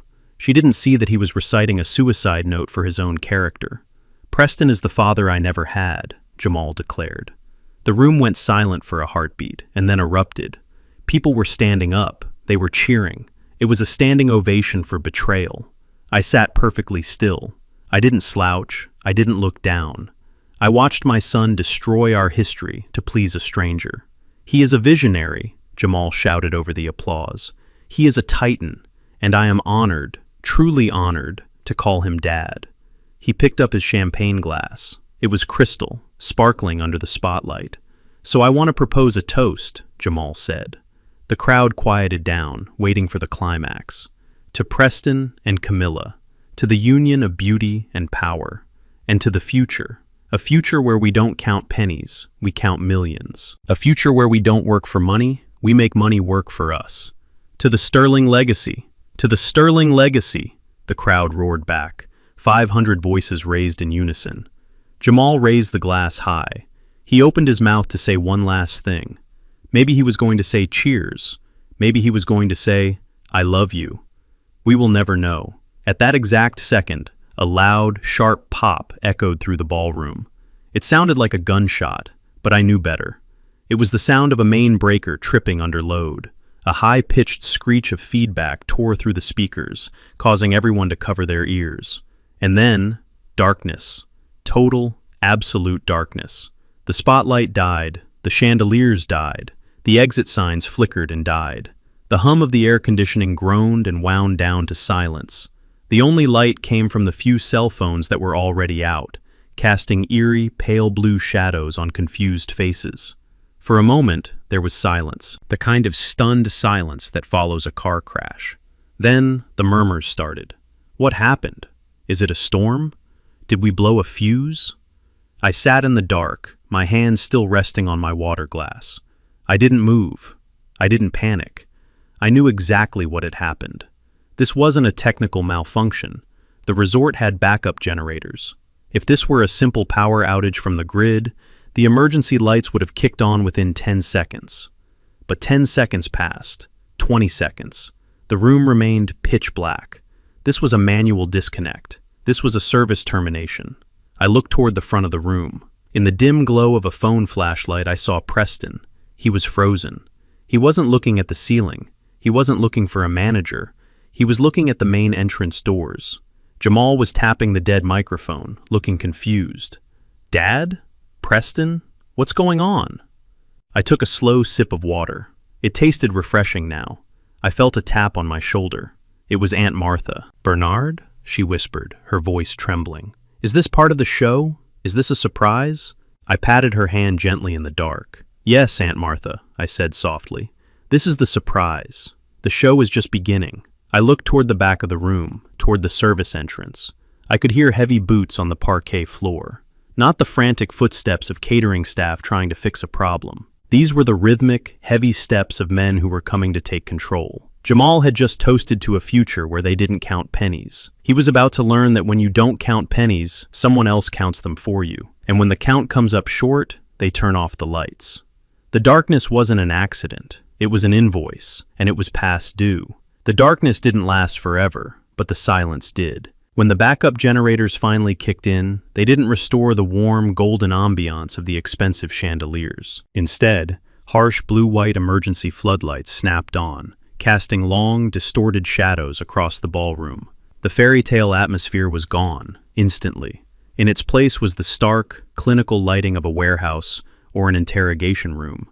It exposed everything. It exposed the cheap foundation makeup on Tiffany's face, the sweat drenching Preston's shirt, and the fear in Camilla's eyes. The microphone system popped and hissed as it reconnected to the emergency circuit. A high-pitched squeal of feedback tore through the room, making 500 guests wince in unison. Preston was the first to move. He was a creature of instinct, and his instinct was to deny reality.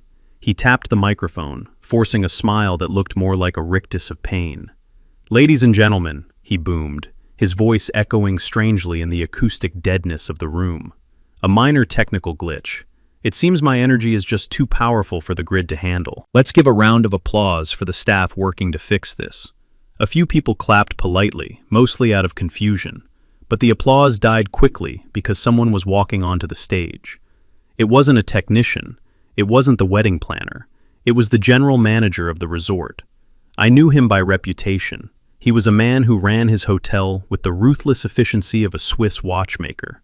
He walked up the stairs to the head table with a stride that screamed business. He held a wireless payment terminal in one hand and a black folder in the other. He didn't smile. He didn't apologize for the interruption. He walked straight up to Preston. Preston tried to wave him off, covering the microphone with his hand. "Not now, Henri," he hissed. "We are in the middle of a toast." But Preston forgot one thing.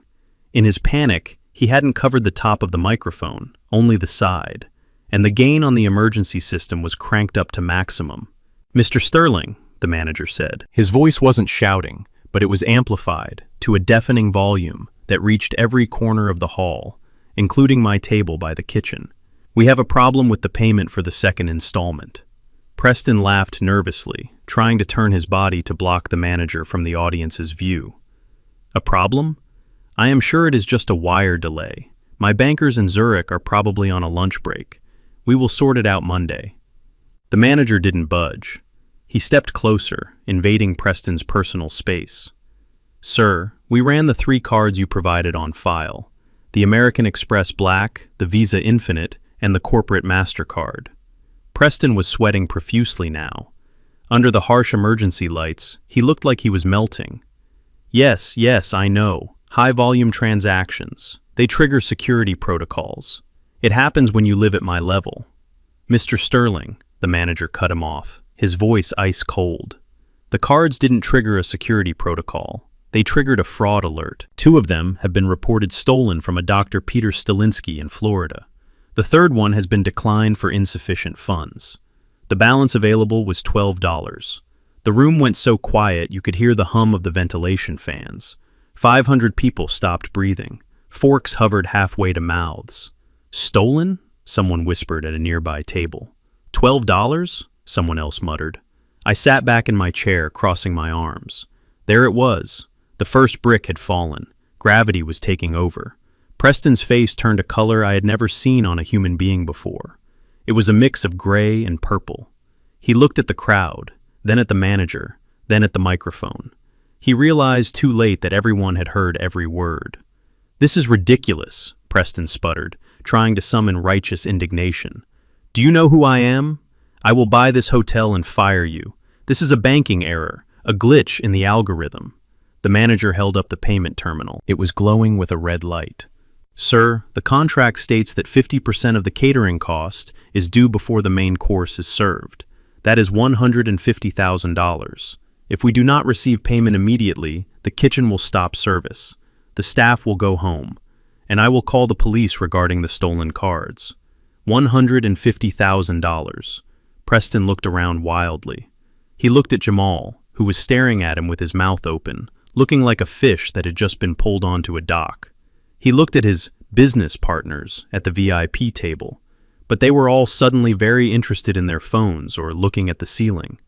The man in the black suit, the real creditor, was just watching, swirling his soda water, a predator enjoying the show.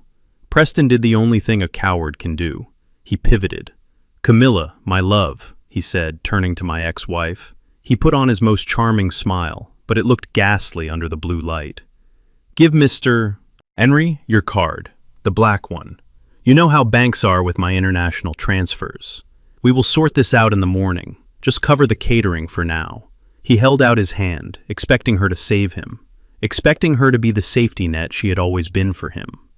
Camilla sat frozen in her chair. Her tiara was slightly crooked. Her face was pale, stripped of all color. She looked at Preston's outstretched hand, then she looked at his face. "Preston?" she whispered. Her voice trembled, but the microphone picked it up perfectly. "What do you mean? Just give him the card, darling," Preston urged, his voice getting tighter. "We don't want the guests to wait for their lobster." Camilla stood up slowly. She looked like she was moving underwater. She clutched her sequined purse to her chest. I can't," she stammered. "What do you mean you can't?" Preston snapped, his patience fraying. "Just hand him the card." "I don't have any money, Preston," Camilla screamed. The sound tore through the room.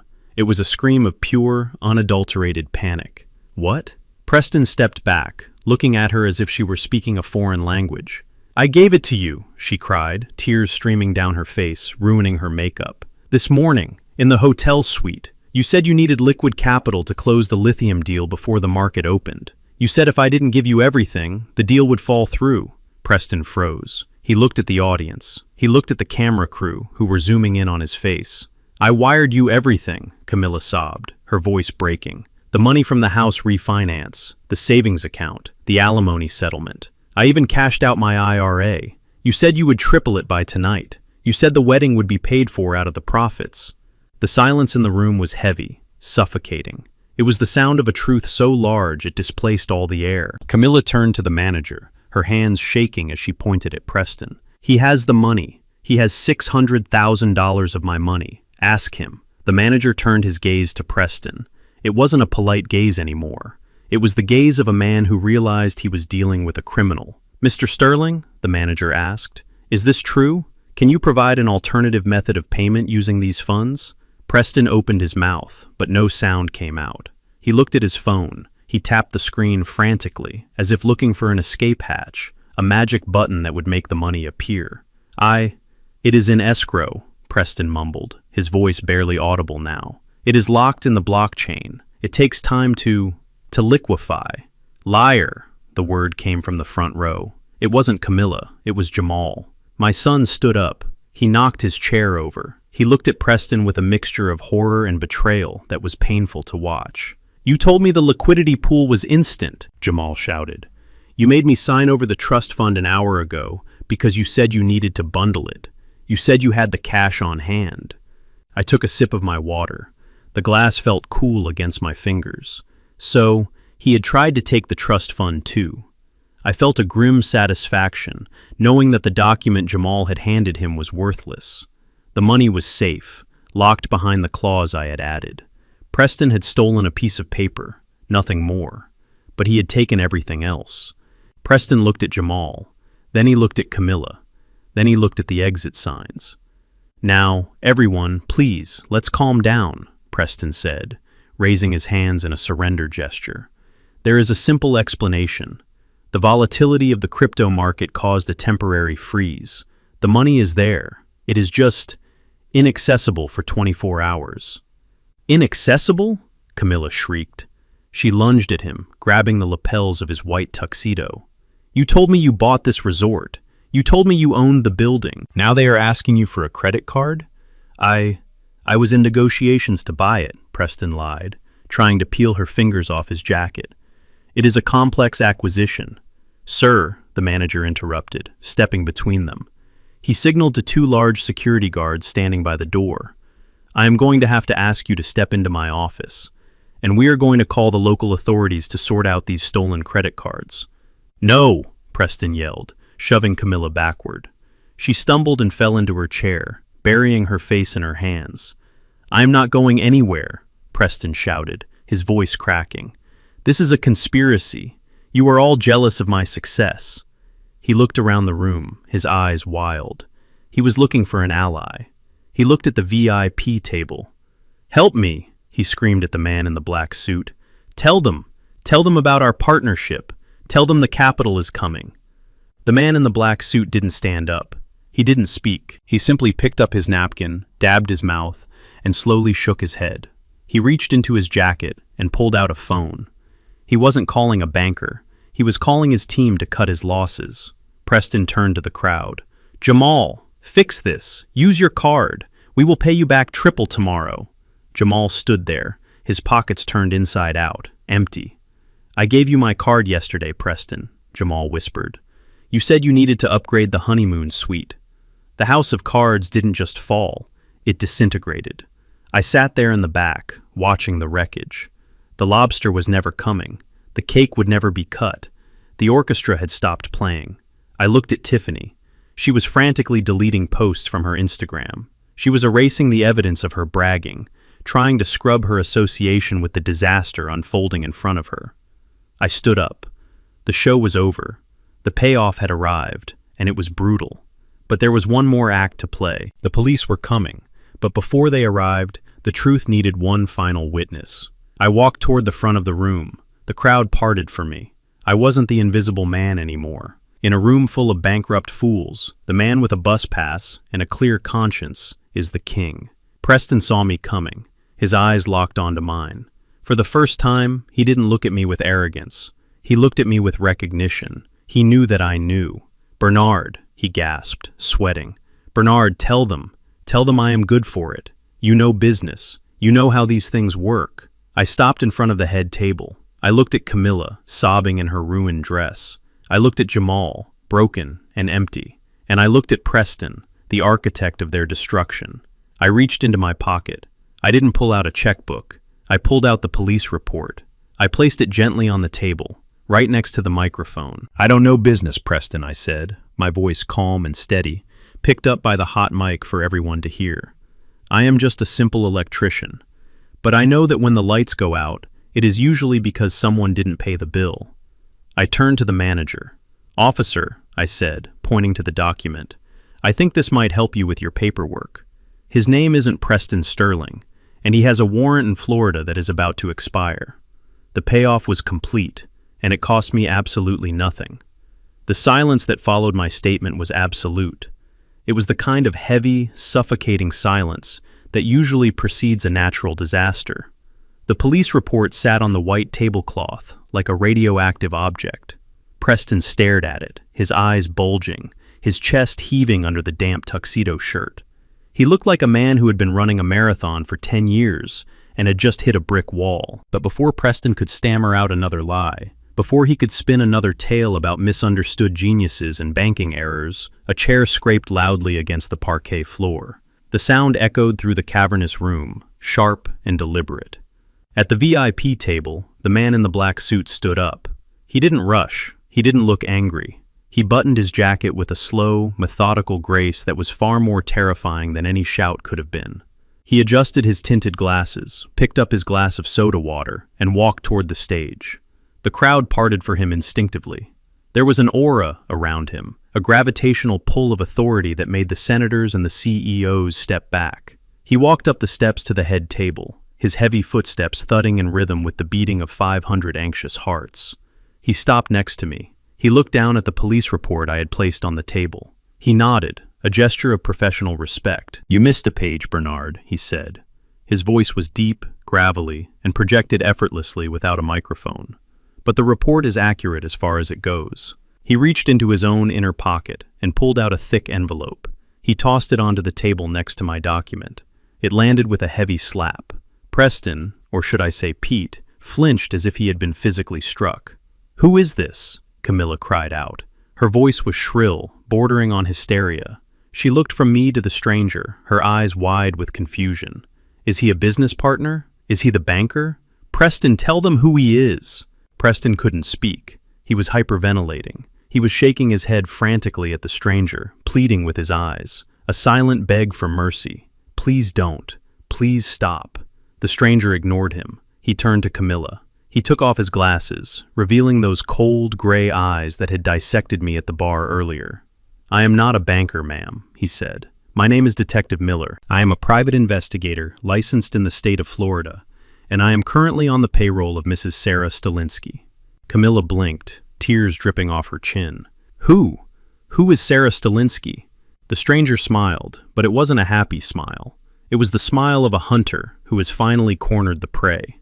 "She is the woman who has been married to this man for 15 years, he said, pointing a finger at Preston. "She is the mother of his 3 children in Tallahassee, and she is the woman whose life savings he stole 6 months ago, before he disappeared to come here and find a new mark." A collective gasp tore through the room. It was a physical sound, like all the oxygen being sucked out of the ballroom at once. "Married?" someone whispered. 3 children? Camilla grabbed the edge of the table to steady herself. Her knees buckled, and she sank into her chair, her white dress billowing around her like a collapsing parachute. "No," she whispered. "That is impossible. We just got married. I signed the papers. The license is invalid," the stranger said, his voice cutting through her denial like a scalpel. "You can't marry a man who is already married. This wedding is a sham. The vows are void. And frankly, considering he used a fake name on the application, I doubt the paperwork made it past the county clerk's trash bin." He turned his gaze back to Preston. "Hello, Pete," he said softly. "Long time no see. You have been a hard man to track. You change names like most people change socks. Preston Sterling, Arthur Vane, Marcus Gold. You have quite the imagination." Preston found his voice. It was a high, strangled squeak. "This is slander," he screamed, backing away until he bumped into the DJ booth. "I don't know this man. He is an actor. Bernard hired him. This is a setup." The stranger laughed. It was a dry, humorless bark. "A setup?" he asked. He picked up the envelope he had thrown on the table and ripped it open. Photocs spilled out, dozens of them. "Here you are in Miami, selling non-existent condos to pensioners," the stranger narrated, tossing a photo to the crowd. "Here you are in Dallas, running a fake charity for veterans. And here you are last week, meeting with a loan shark in Chicago because your Ponzi scheme was running dry." He looked at the crowd, addressing the 500 guests who were now standing, phones recording, witnessing the demolition of a socialite's life. "That is what this is, folks," the stranger announced. "A classic Ponzi. He uses the money from the new wife to pay the debts of the old life. He promised you 300% returns on Liberty coin. There is no coin. There is no lithium mine. There is just a bank account in the Caymans that he uses to pay for his suits and his rental cars." Jamal stepped forward. My son looked like a ghost. His face was ash gray. He picked up one of the photos. It showed Preston, or Pete, wearing a fast food uniform, standing outside a burger joint. The timestamp was only 2 years ago. You were a fry cook? Jamal whispered. Preston snatched the photo away. I was doing research for a franchise investment. But Jamal wasn't listening. The reality was crashing down on him. The stock options, the VP title, the millions. It was all smoke. Where is the trust fund? Jamal asked, his voice trembling with rage. The paper I signed. Where is it? Preston's eyes darted around. It is safe. It is processed. It is gone, the stranger corrected. Or it would be, if your father hadn't been smart enough to lock it. But the rest? The money from the house? The alimony? He looked at Camilla. Mrs. King, I am sorry to tell you this, but he wired your $600,000 to an offshore sports betting site 3 hours ago. He was trying to double it on a soccer match in Brazil. Did he win? Bernard asked. I spoke for the first time since the stranger had stood up. The stranger looked at me and shook his head. He bet on the underdog, Bernard. He lost everything.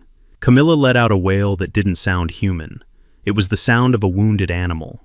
She lunged across the table, knocking over the wedding cake. The massive, 5-tier confection crashed to the floor, exploding in a mess of fondant and cream.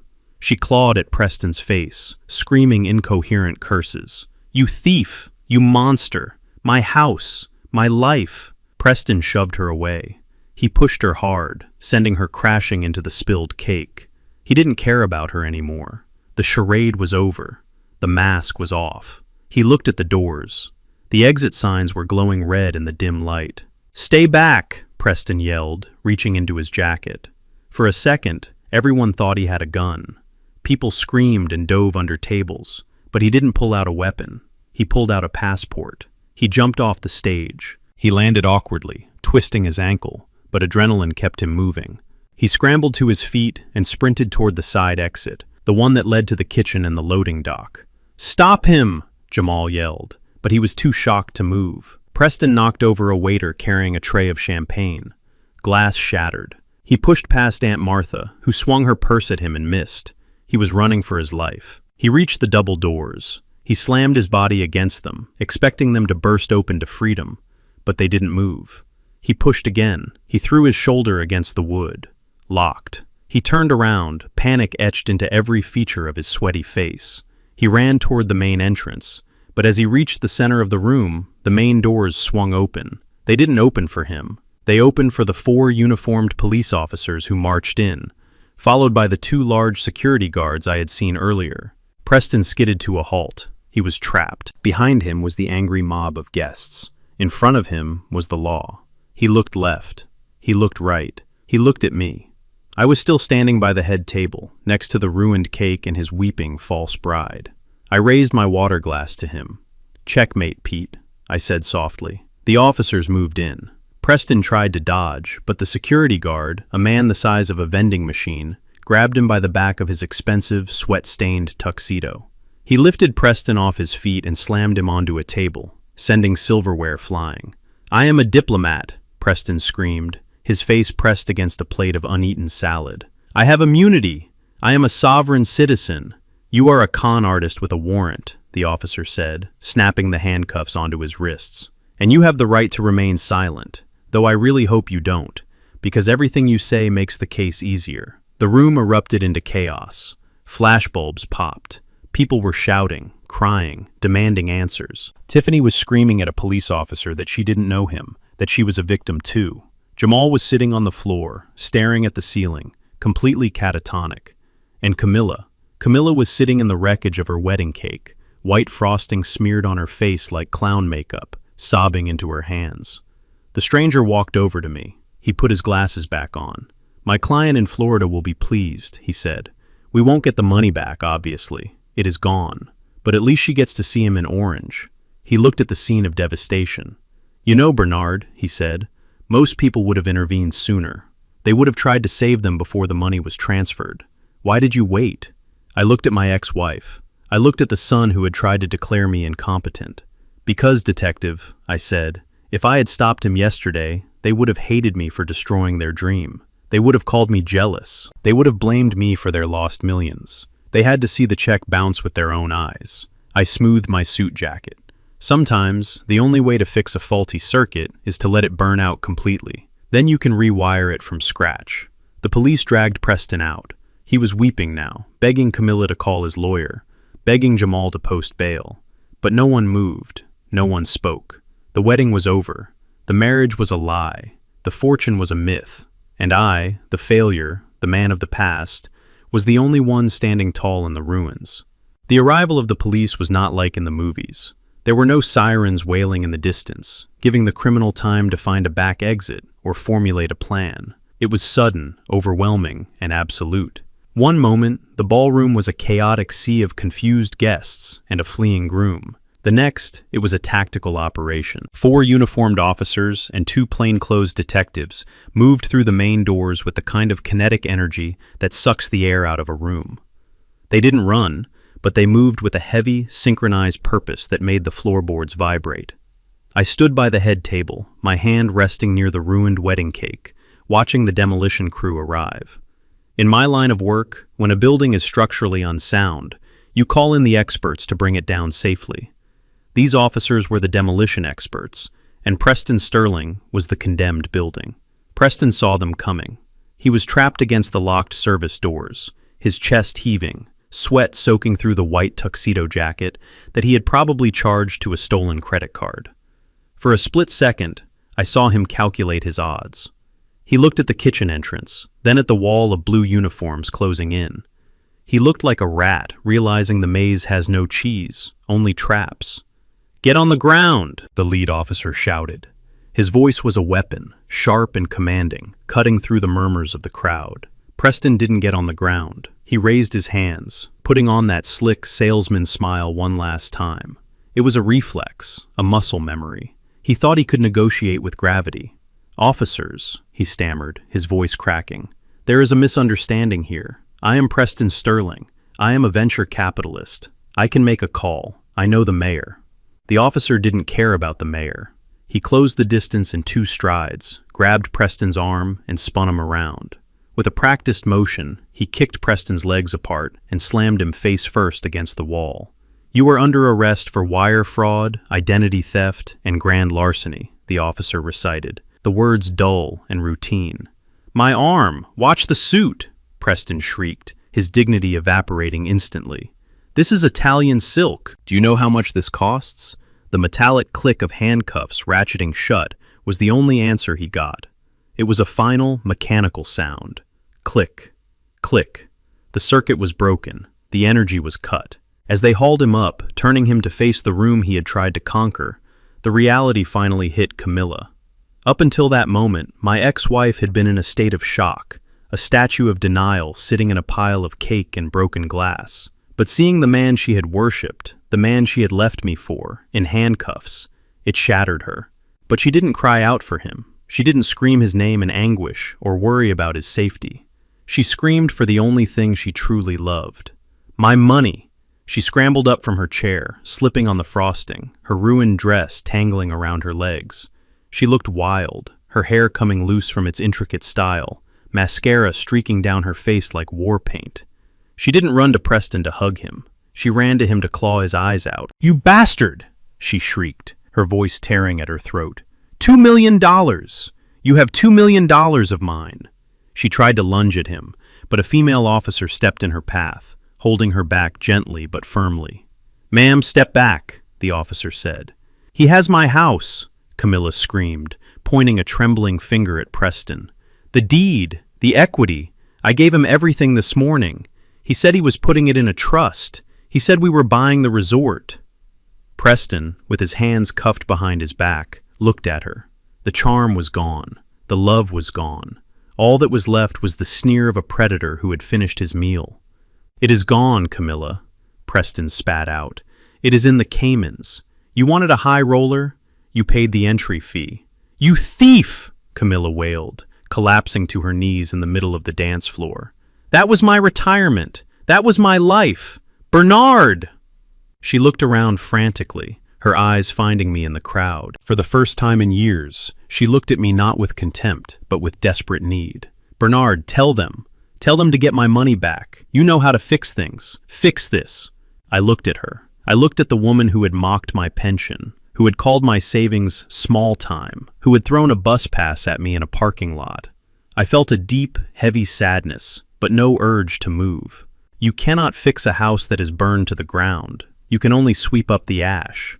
I can't fix this, Camilla, I said softly, though I knew she couldn't hear me over her own screaming. You didn't break a circuit. You sold the copper wiring. But while Camilla was mourning her bank account, Jamal was mourning his ego. My son had been standing frozen near the podium, watching the arrest with a look of total incomprehension. To him, Preston wasn't just a stepfather. Preston was the validation of every lazy, greedy impulse Jamal had ever had. Preston was proof that you didn't need to work hard to be rich. If Preston was a fraud, then Jamal was a fool. And Jamal would rather die than admit he was a fool. "Stop!" Jamal shouted.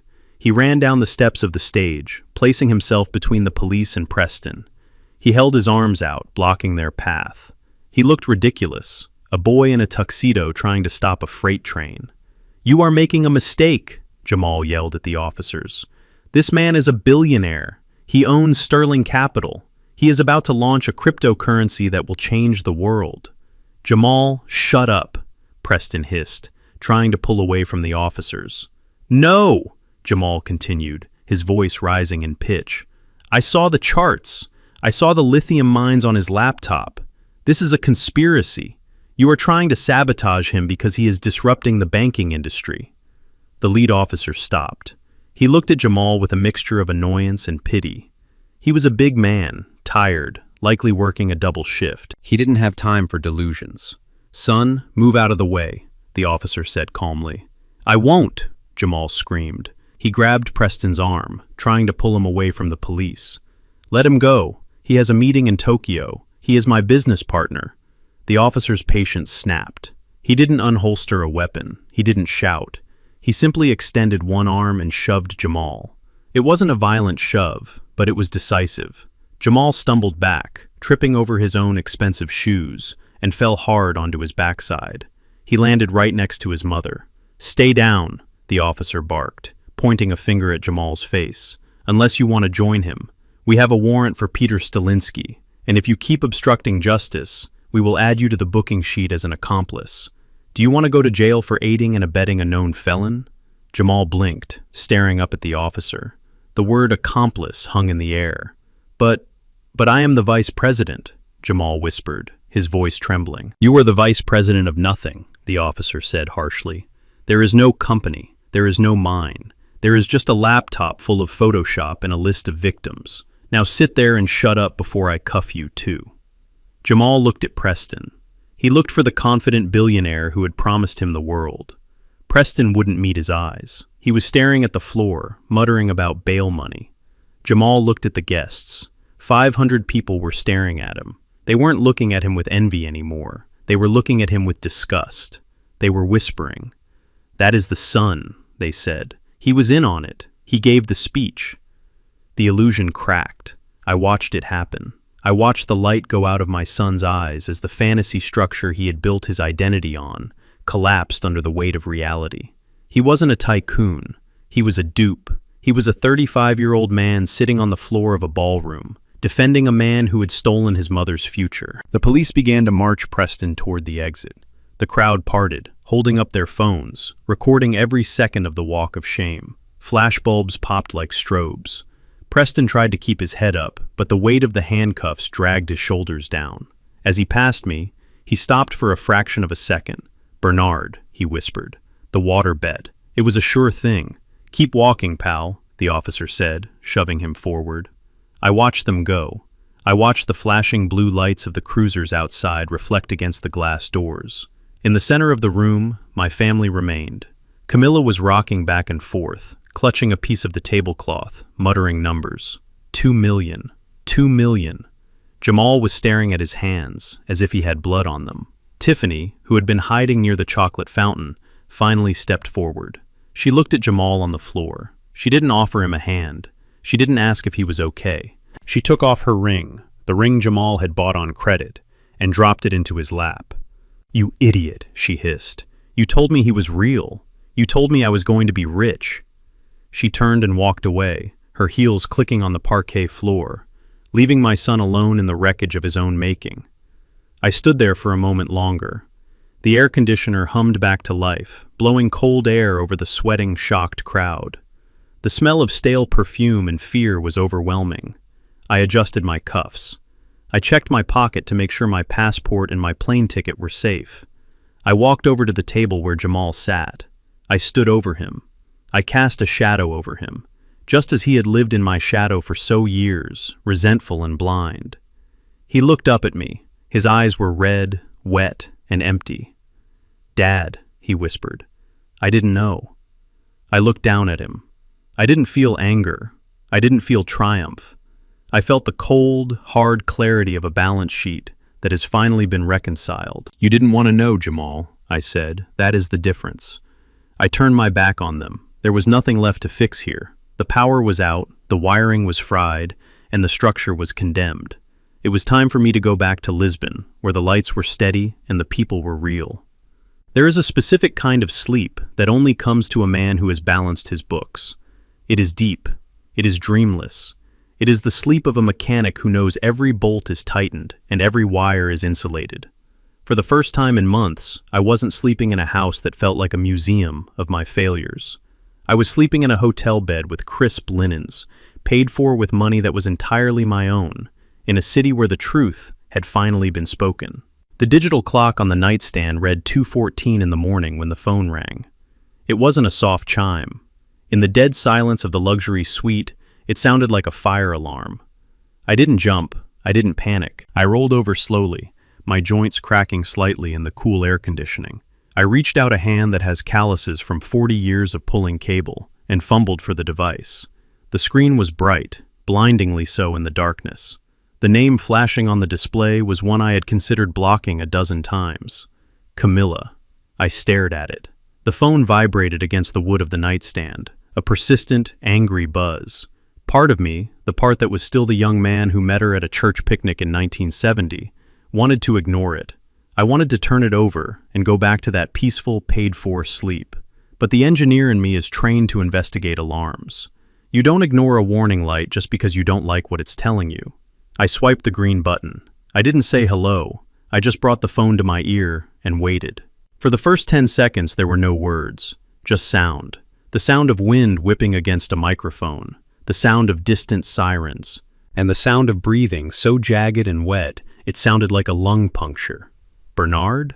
Her voice was a ghost of the voice that had screamed at me in the restaurant. It was small. It was broken. It was the voice of a child who has dropped an ice cream cone in the dirt. "Bernard, are you there? Please, God, tell me you are there." I sat up, swinging my legs over the side of the bed. I placed my feet on the carpet. I reached for the bottle of water on the nightstand. "I am here, Camilla," I said. My voice was gravel, rough from sleep, but steady. "Oh, thank God. Thank God. Bernard, you have to help me. You have to come get me." I took a sip of water. "Where are you?" I am on the curb, outside the resort. They kicked us out, Bernard. They physically kicked us out. After the police took Preston away, the manager told us we had 30 minutes to vacate the premises. 30 minutes! I couldn't even pack everything. I left my shoes. I left my makeup bag. She paused to sob, a loud, ugly sound that distorted the connection. And then they put a seal on the door. A red sticker, Bernard. They said the room was a crime scene because Preston had stored documents there. I have nowhere to go. I tried to use my card for a taxi, but it was declined. They froze everything. The bank froze everything because of the investigation. I listened. I looked out the window at the Chicago skyline. The lights were still twinkling, indifferent to the tragedy of Mrs. Camilla King Sterling. "And Jamal?" I asked. He is sitting on his suitcase. He won't speak. Bernard, it is bad. It is so bad. The police said Jamal is a person of interest. Because he signed those loan documents as a guarantor. Because he was listed as an officer of the company. They took his passport, Bernard. They took his passport right there in the lobby. She began to cry harder now, the panic rising in her throat. "They are going to arrest our son, Bernard. They said he is liable for the catering bill. They said he is liable for the yacht. He doesn't have that kind of money. He is going to prison. You can't let that happen. He is your blood. He is your only son." I closed my eyes. I remembered Jamal standing on the stage, calling Preston his real father. I remembered Jamal trying to bully me into signing over the trust fund. I remembered Jamal telling me I was mediocre. "He is an adult, Camilla," I said. "He wanted to be a businessman. This is business." "No, don't be cruel. Not now. This isn't the time for a lesson." She took a ragged breath. I could hear the wind howling on her end. It must have been 40 degrees out there. She was probably still wearing that ridiculous, ruined wedding dress. "Bernard, listen to me. I made a mistake, okay? I admit it. I was foolish. I got swept up. But I am still your wife. In the eyes of God, I am still your wife. That ceremony, it was fake. The man was a fraud. That means we are still us. We are still Bernard and Camilla." I gripped the phone tighter. The audacity was breathtaking. It was a structural failure of morality so complete, I almost admired it. "We are not us, Camilla," I said. "We haven't been us for a long time. But we have history. 40 years, Bernard. You can't just throw that away because of one bad year. I know you. I know your heart. You are a protector. You fix things. That is what you do. You fix things when they break. I am broken, Bernard. Your family is broken. Please. I know you have the money now. I heard what you said in the ballroom. $8 million. That is a lot of money. It is more than enough to fix this." She lowered her voice, trying to find that intimate frequency she used to use when she wanted me to buy her a new car or pay for a vacation we couldn't afford. "You can pay off the hotel. You can hire a lawyer for Jamal. You can get me a suite. We can sit down and talk. We can start over. I will sign whatever you want. I will go to Portugal with you. I always wanted to see Europe." I let her talk. I let the silence stretch out. I looked at the clock. It was now 2:20. She had been talking for 6 minutes. She was bargaining. She was offering me her presence as if it were a prize. She thought that I was still the man who sought her approval, the man who felt lucky just to be allowed in her orbit. She thought my dignity had a price tag, and that tag was $8 million. "Bernard, why aren't you saying anything? Say something, please. Tell me you are coming. Tell me you still love me. I know you do. A love like ours doesn't just die." She was right about one thing. Love doesn't just die. It is killed. It is beaten to death with insults. It is starved with neglect. It is stabbed with betrayal. And finally, it is buried under a mountain of greed. My love didn't die tonight, Camilla. It died the day you looked at my hands, the hands that built your life, and called them dirty. I took a deep breath. I felt a strange lightness in my chest. The final weight was gone. "Camilla," I said. "Yes? Yes, darling? I want you to listen to me very carefully. I am listening. I am listening. You have a phone. That is good. You need to save the battery." "What?" "You are asking the wrong person for help, Camilla. I am not your husband. I am not your savior. And I am certainly not your bank. I am just a spectator. Bernard, don't—" "The person you need to call right now is not me," I continued, my voice as cold and final as a breaker snapping shut. "You need to look up the number for the Cook County Public Defender's Office." There was a stunned silence on the line. "What?" she whispered. "A public defender? But those are for poor people." "I know," I said. And then I did the kindest thing I could do. I hung up. I didn't slam the phone down. I just pressed the red button. The line went dead. The sobbing, the wind, the manipulation, it all vanished. I placed the phone back on the nightstand, face down. I sat there for a moment in the silence of the hotel room. I poured myself another glass of water and drank it slowly. I thought about Jamal sitting on his suitcase. I thought about Camilla shivering in the cold. I felt a pang of pity, yes. I am human. But pity is not the same as obligation. I had given them every chance. I had warned them. I had tried to be a father and a husband for decades. They had made their choice. They had chosen the fast lane, the easy money, the shiny facade. Now they were learning that when you build a house on sand, you don't get to call the carpenter when the tide comes in. I lay back down. I pulled the duvet up to my chin. The sheets were cool and soft. I closed my eyes. Tomorrow, I would fly back to Lisbon. I would buy fresh bread. I would sit by the river, and I would never, ever answer that phone again. I fell asleep within minutes. The morning sun streaming through the glass atrium of the hotel lobby was bright, unforgiving, and exactly what I needed. I had checked out of my suite 10 minutes early. My bill was settled in full. My luggage was packed with the military precision of a man who has lived out of a toolbox for half a century. I was wearing a comfortable travel sweater and reading glasses, looking every bit the retired grandfather I was supposed to be. I felt light. I felt unburdened. The toxicity of the previous night had been washed away by a hot shower and 8 hours of sleep. I rolled my suitcase toward the revolving doors, ready to catch the shuttle to O'Hare. I was already mentally back in Lisbon, tasting the salt air and the grilled fish. But as I rounded the large potted palm near the concierge desk, my path was blocked. It wasn't a physical barricade, but it might as well have been. Standing there, looking like survivors of a shipwreck, were Tiffany and Jamal. They looked nothing like the arrogant power couple who had sneered at my suit 24 hours ago. Jamal was wearing the same tuxedo trousers from the wedding, but his shirt was unbuttoned, stained with something dark that looked like red wine, and he wasn't wearing shoes. He was wearing hotel slippers. Tiffany, the Instagram model who wouldn't be caught dead without a filter, looked ragged. Her hair was pulled back in a messy bun. Her face was scrubbed clean of makeup, revealing dark circles under her eyes. And she was wearing a frantic, desperate expression that I had seen before. It is the look of a client who realizes they cut the wrong wire and the sparks are about to fly. "Bernard!" Tiffany cried out. She didn't wait for me to stop. She threw herself at me. She grabbed my arm with both hands, her grip surprisingly strong. "Dad!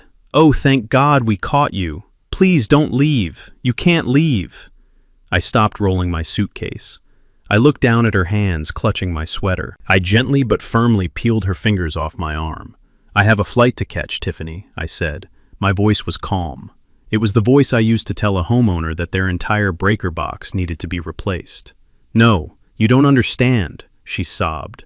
The tears started instantly. They welled up in her eyes and spilled over, terrified and voluminous. "We are sorry, Dad. We are so sorry. We were stupid. We were blind. Preston, that monster, he brainwashed us. He made us believe things that weren't true."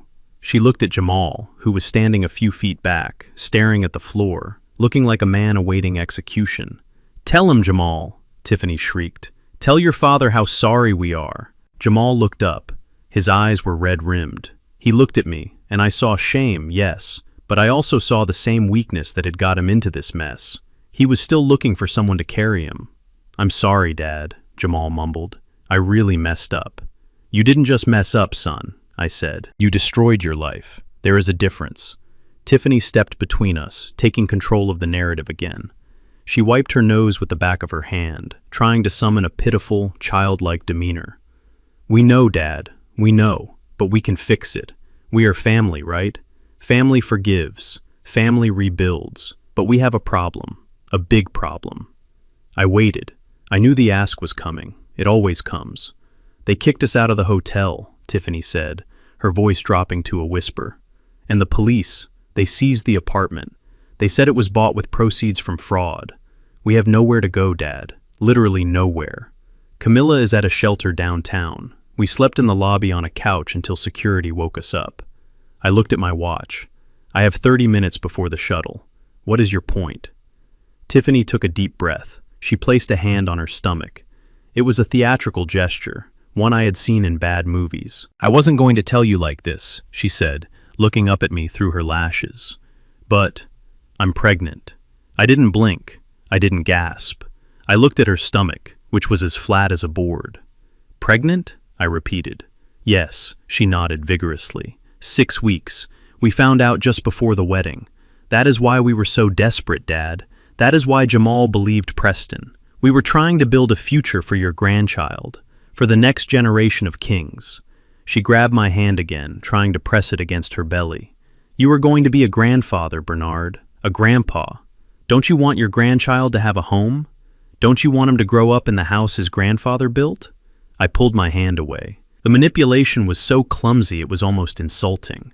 "So here's what we need," Tiffany rushed on, thinking she had hooked me. "We need you to buy back the house. The bank is going to auction it off. If you step in now, with your cash, with the money you made from the patent, you can save it. We can all live there. You, me, Jamal, the baby. We can be a real family again. You can have your room back. The basement workroom is still there." She smiled, a wavering, hopeful smile. Please, Dad, do it for the baby. I looked at Jamal. He was nodding, clinging to this life raft his wife had just inflated.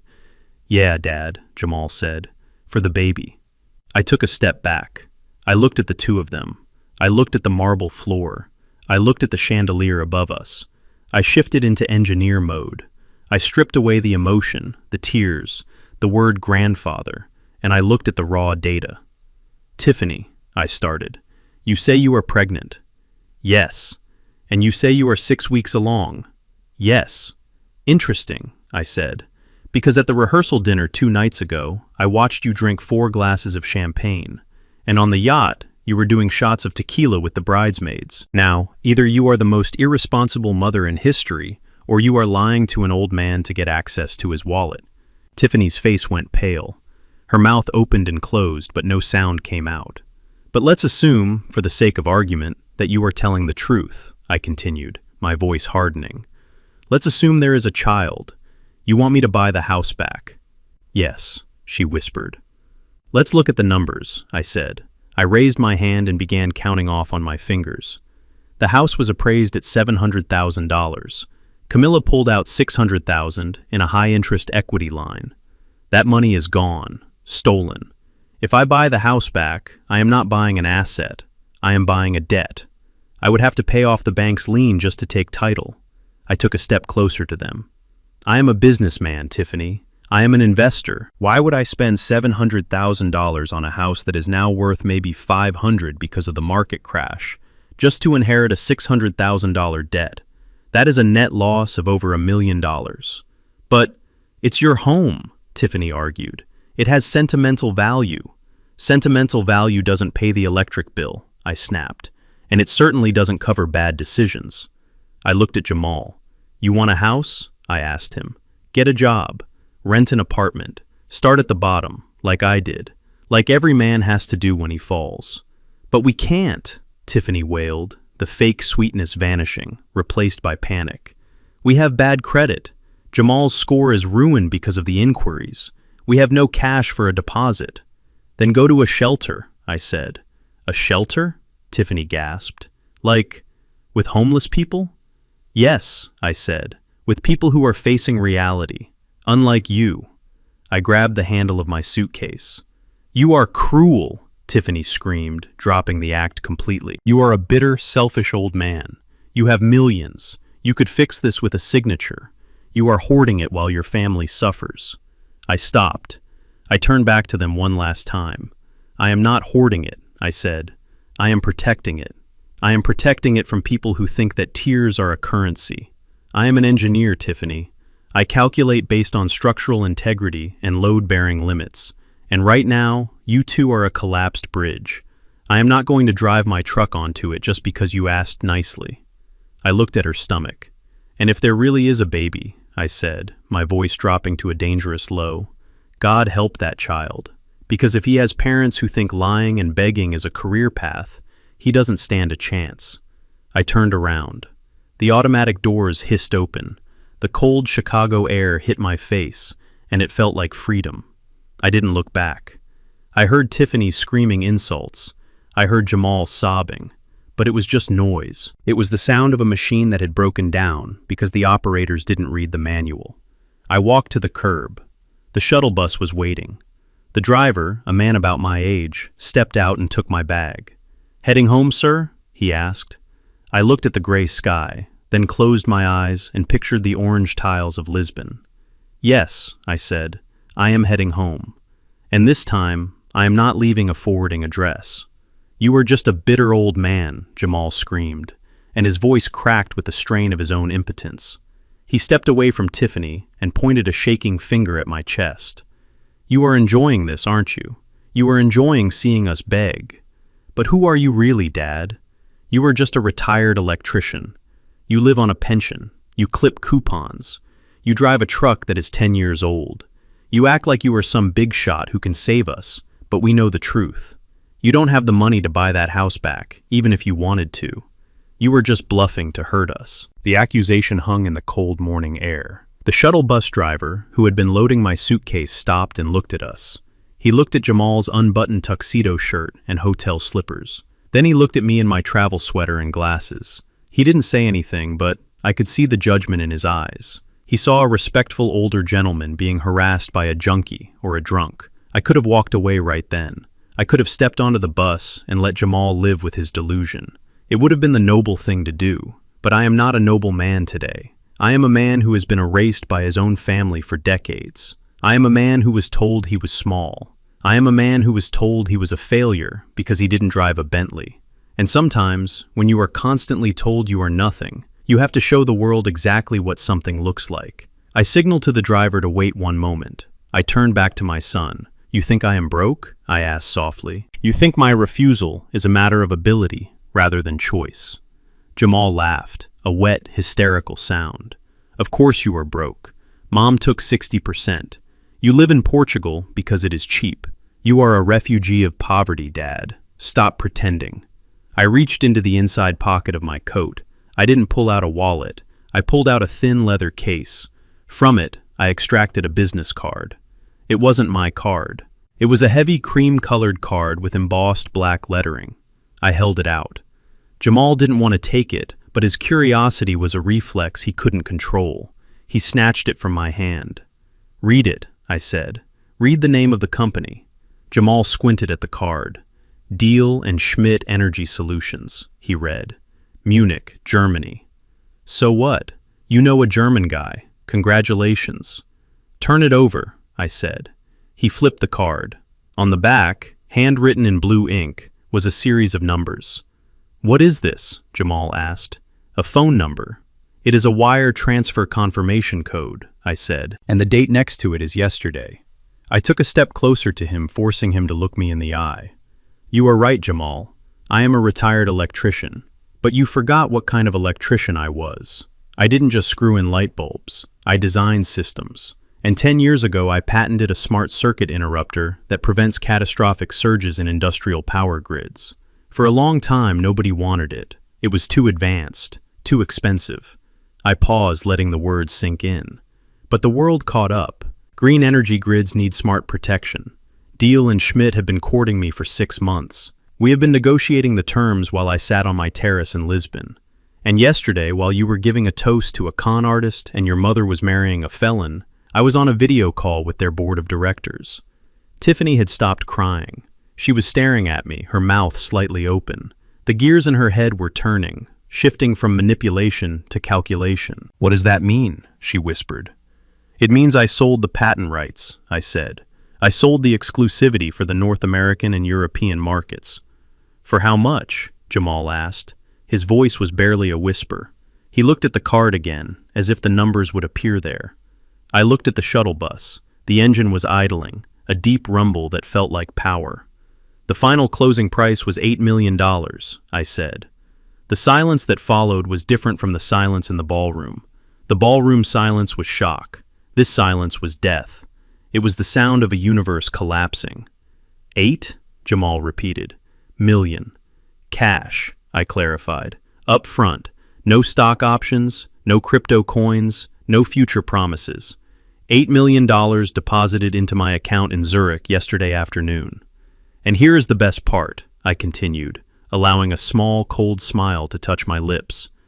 "The divorce was finalized 6 months ago. The asset division is closed. Your mother's lawyers were very thorough. They took the house. They took the cash on hand. But they didn't think to ask about intellectual property that hadn't been monetized yet." I leaned in close to Jamal. "It is all mine, son. Every single cent. It is post-divorce income. Camilla gets 0. You get 0. A sound came from behind them, a soft thud. We all turned. Camilla was standing there. She must have come out of the hotel revolving doors just as I started speaking. She was wearing a gray tracksuit that I recognized as part of the hotel's Lost and Found collection. She looked 10 years older than she had yesterday. Her face was gray. Her eyes were hollow. She had heard. She had heard the number.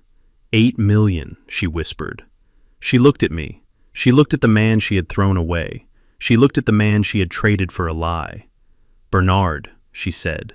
Her voice was a mixture of prayer and horror. 8 million. And then her eyes rolled back in her head. She didn't crumble gracefully like in the movies. She dropped like a stone. She hit the hard marble floor of the hotel entryway with a sickening slap. Mom Jamal screamed. He and Tiffany rushed to her. They knelt beside her, patting her cheeks, trying to wake her up. "Mom, wake up!" Tiffany yelled. Then she looked up at me. Her eyes were wide with a new kind of panic, the panic of someone who realizes they just burned the only bridge that led to paradise.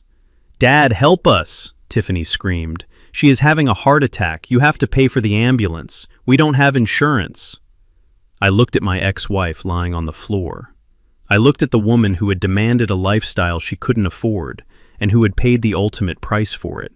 I looked at my son and his wife, who were now looking at me, not as a father, but as a walking ATM machine worth $8 million.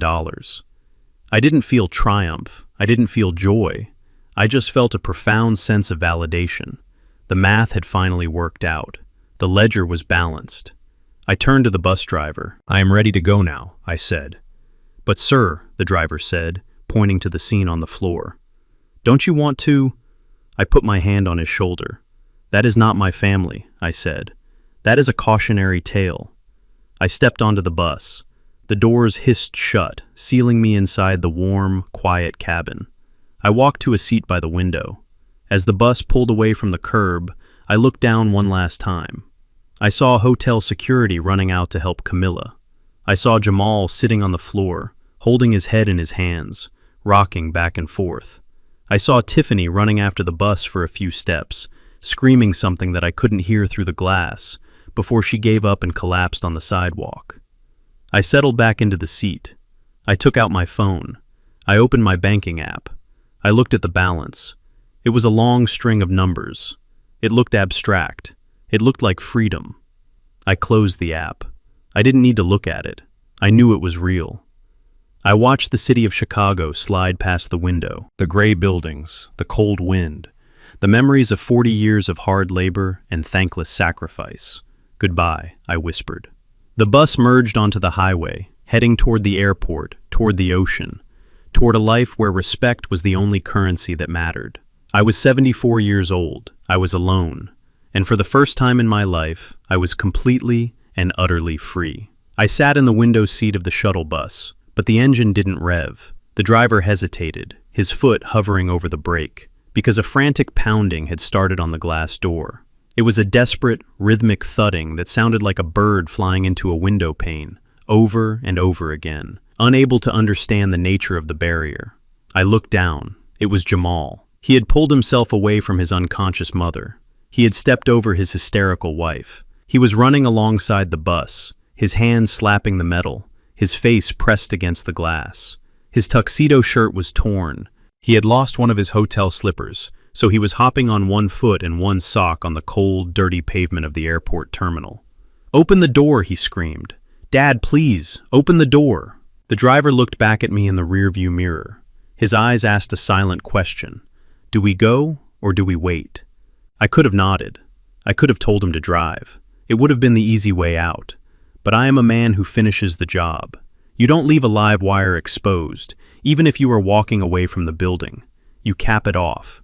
You make it safe. "Open it," I said to the driver. "Just for a minute." The air brakes hissed. The door folded open with a mechanical groan. Jamal didn't rush in. He collapsed onto the first step. He didn't have the strength to stand anymore. He crawled up the stairs on his hands and knees, dragging himself toward me like a pilgrim reaching a shrine. He smelled of sweat, stale champagne, and fear. He grabbed my hand. His palms were clammy. "Dad," he wept, his head bowing until his forehead touched my knee. "I am sorry. I am so sorry. I was wrong. I was stupid." I looked down at the top of his head. I saw the thinning hair that he tried to hide with expensive cuts. I saw the trembling of his shoulders. "I know you were sorry, Jamal," I said quietly. "I know you were hurting." He looked up, hope flooding his eyes. It was a desperate, hungry hope.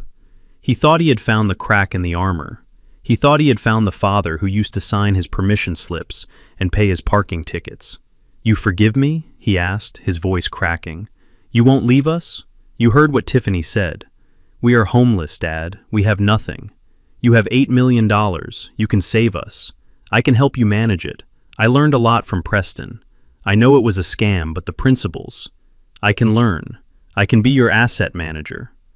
I pulled my hand away from his grip. He was still trying to sell me something. Even at rock bottom, he was still trying to negotiate a position.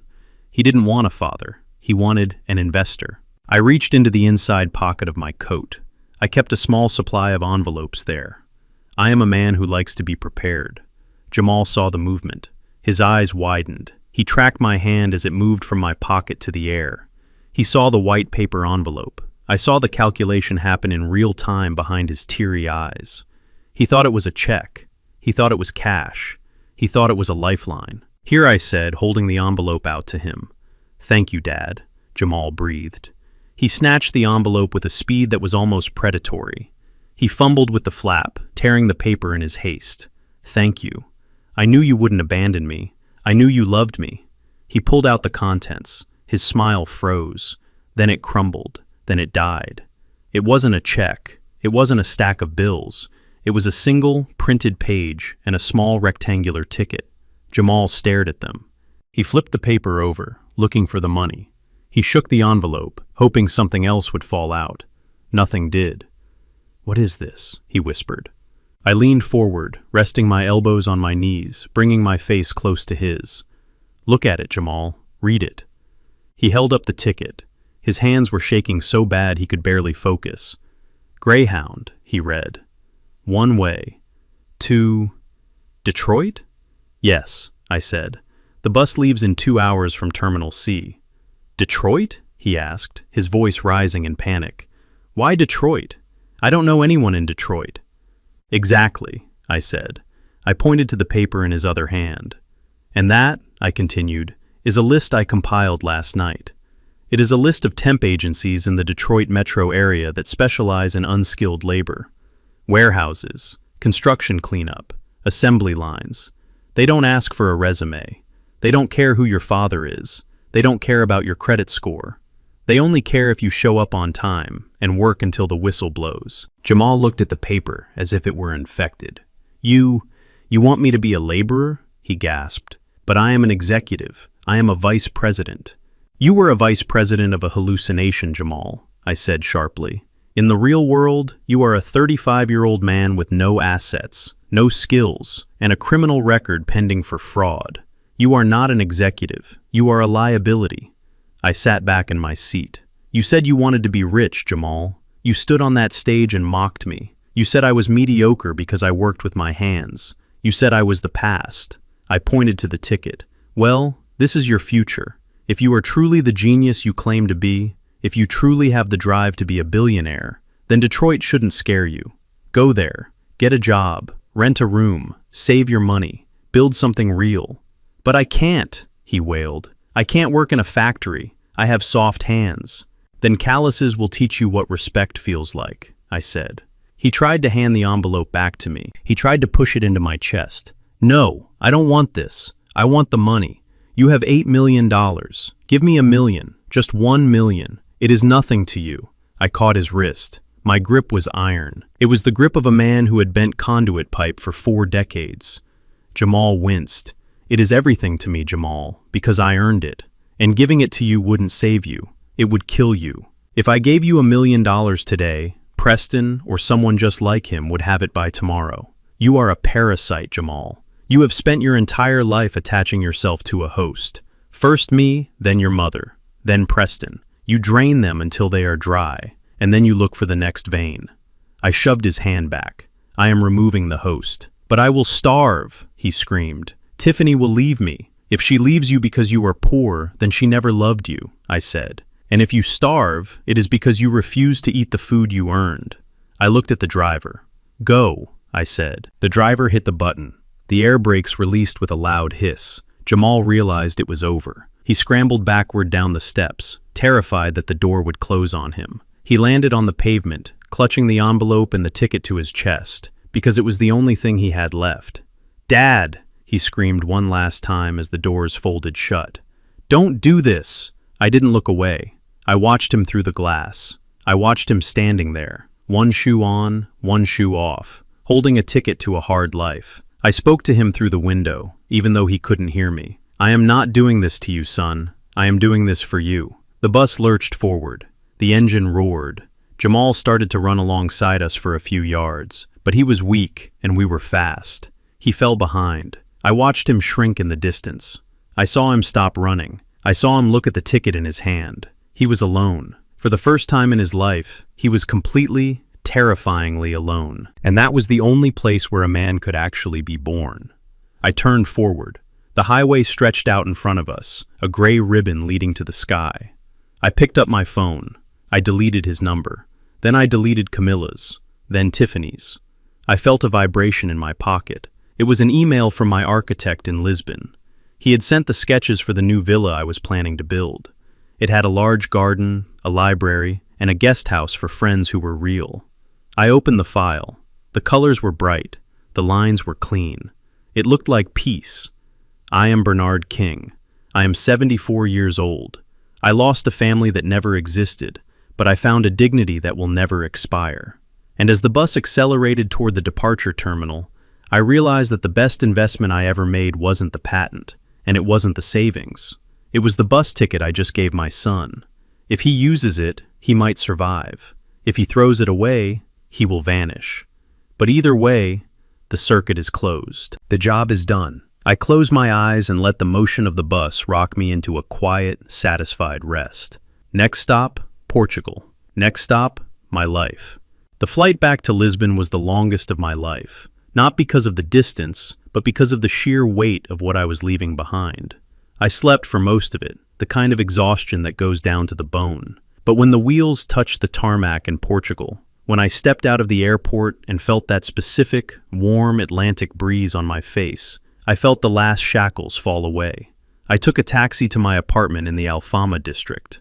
The driver was an old man who didn't speak much English, but he smiled when he helped me with my bag. I tipped him 20 euros, not because I was showing off, but because I respected the work. He thanked me with a genuine warmth that my own family hadn't shown me in decades.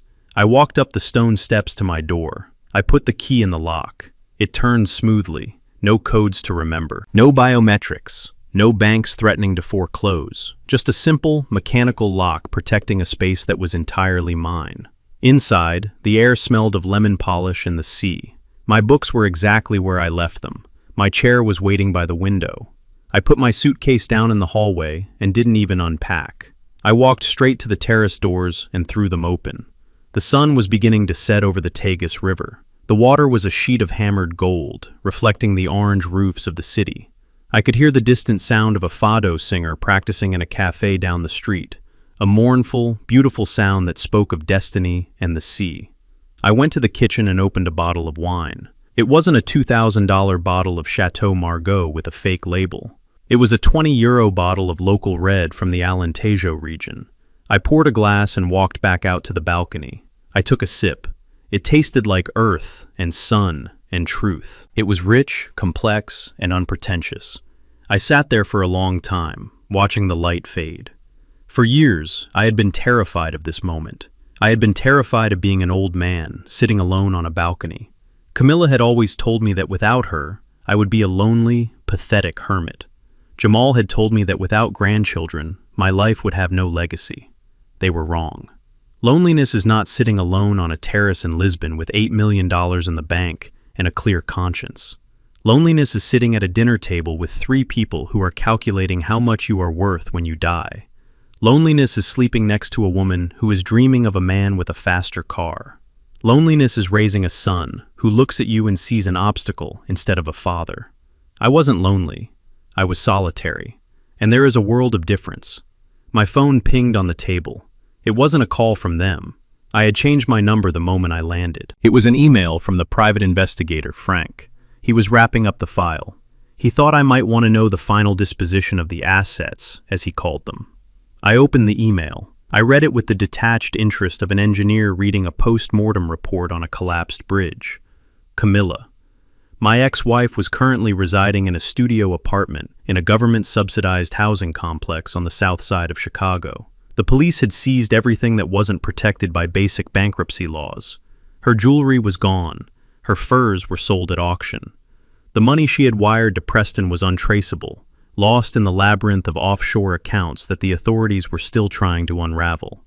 Frank wrote that she had applied for a job as a greeter at a department store, The same store where she used to spend thousands of dollars a month. The irony was geometric in its perfection. She was now opening doors for the kind of women she used to try to impress. I wondered if she thought about me when she stood there for 8 hours a day in sensible shoes. I wondered if she remembered the man who used to rub her feet after a long day. Probably not. She was likely too busy blaming the world for her misfortune, still convinced she was a queen in exile. Preston, or rather, Pete Stalinsky. The report said he was being held without bail. The federal prosecutor was throwing the book at him. Wire fraud, identity theft, grand larceny, and because he had crossed state lines, the charges were federal. He was looking at 20 years minimum. Frank included a mugshot. Pete wasn't smiling anymore. He looked small. Without the expensive suit, without the rented Bentley, without the lighting and the stage, he was just an aging grifter with fear in his eyes. He had spent his life selling illusions, and now he was going to spend the rest of it staring at concrete walls that were very, very real. And then there was Jamal. The report on Jamal was shorter. Tiffany had filed for divorce 3 days after the wedding disaster.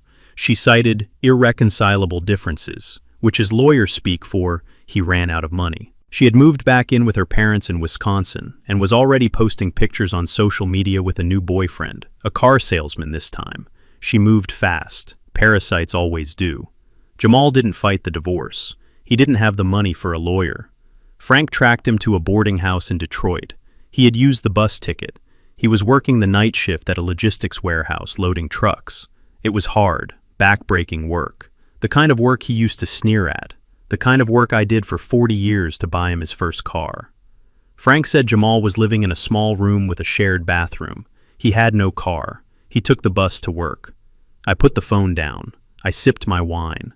I felt a twinge of sadness for the boy who used to sit on my shoulders and reach for the moon. But I pushed it away. That boy was gone. The man in Detroit was a stranger. But maybe, just maybe, the warehouse would teach him what I couldn't. Maybe the weight of the boxes and the ache in his muscles would finally teach him the value of $1. Maybe, in the silence of that small room, he would finally find his own character. Or maybe he wouldn't. Maybe he would break. But that was his circuit to fix. I had installed the safety mechanisms. I had provided the tools. The maintenance was up to him. I looked out at the river again. The lights of the 25th of April bridge were twinkling in the distance. It looked like a string of pearls, far more beautiful than the fake diamonds Camilla had worn. I thought about the new villa I was going to build. I thought about the German engineers I was going to meet next week to discuss the European rollout of my patent. I thought about the cooking class I had signed up for. I realized that for the first time in my life, I wasn't living for someone else. I wasn't the provider. I wasn't the safety net. I wasn't the wallet. I was just Bernard, and Bernard was happy. I finished the wine. The sky was now a deep, velvet purple. I stood up and walked to the railing. I took a deep breath of the cool night air. I am not a vengeful man. I don't wish them harm. I just wish them the life they earned, and I wish myself the peace I paid for. The books are balanced, the lights are on, and the view from here is spectacular. We often spend our lives building castles for people who would happily sell the bricks the moment we turn our backs. I learned that loyalty isn't about blood, it's about character. My ex-wife and son chased the illusion of fast wealth and lost the only real treasure they had, a man who would have died for them. In the end, dignity is the most expensive currency. You can't buy it, you can't fake it, and once you lose it chasing fool's gold, you can never buy it back. Invest in yourself. It's the only asset that never depreciates. Thank you for listening to my story. If you have ever had to cut ties with toxic family members to save your own sanity, hit that like button. It helps more than you know. And if you want to hear more stories about justice being served cold, make sure you subscribe and turn on notifications. I have a lot more to tell you. Let me know in the comments. Would you have given Jamal the money, or did I do the right thing? I read every single comment. See you in the next video.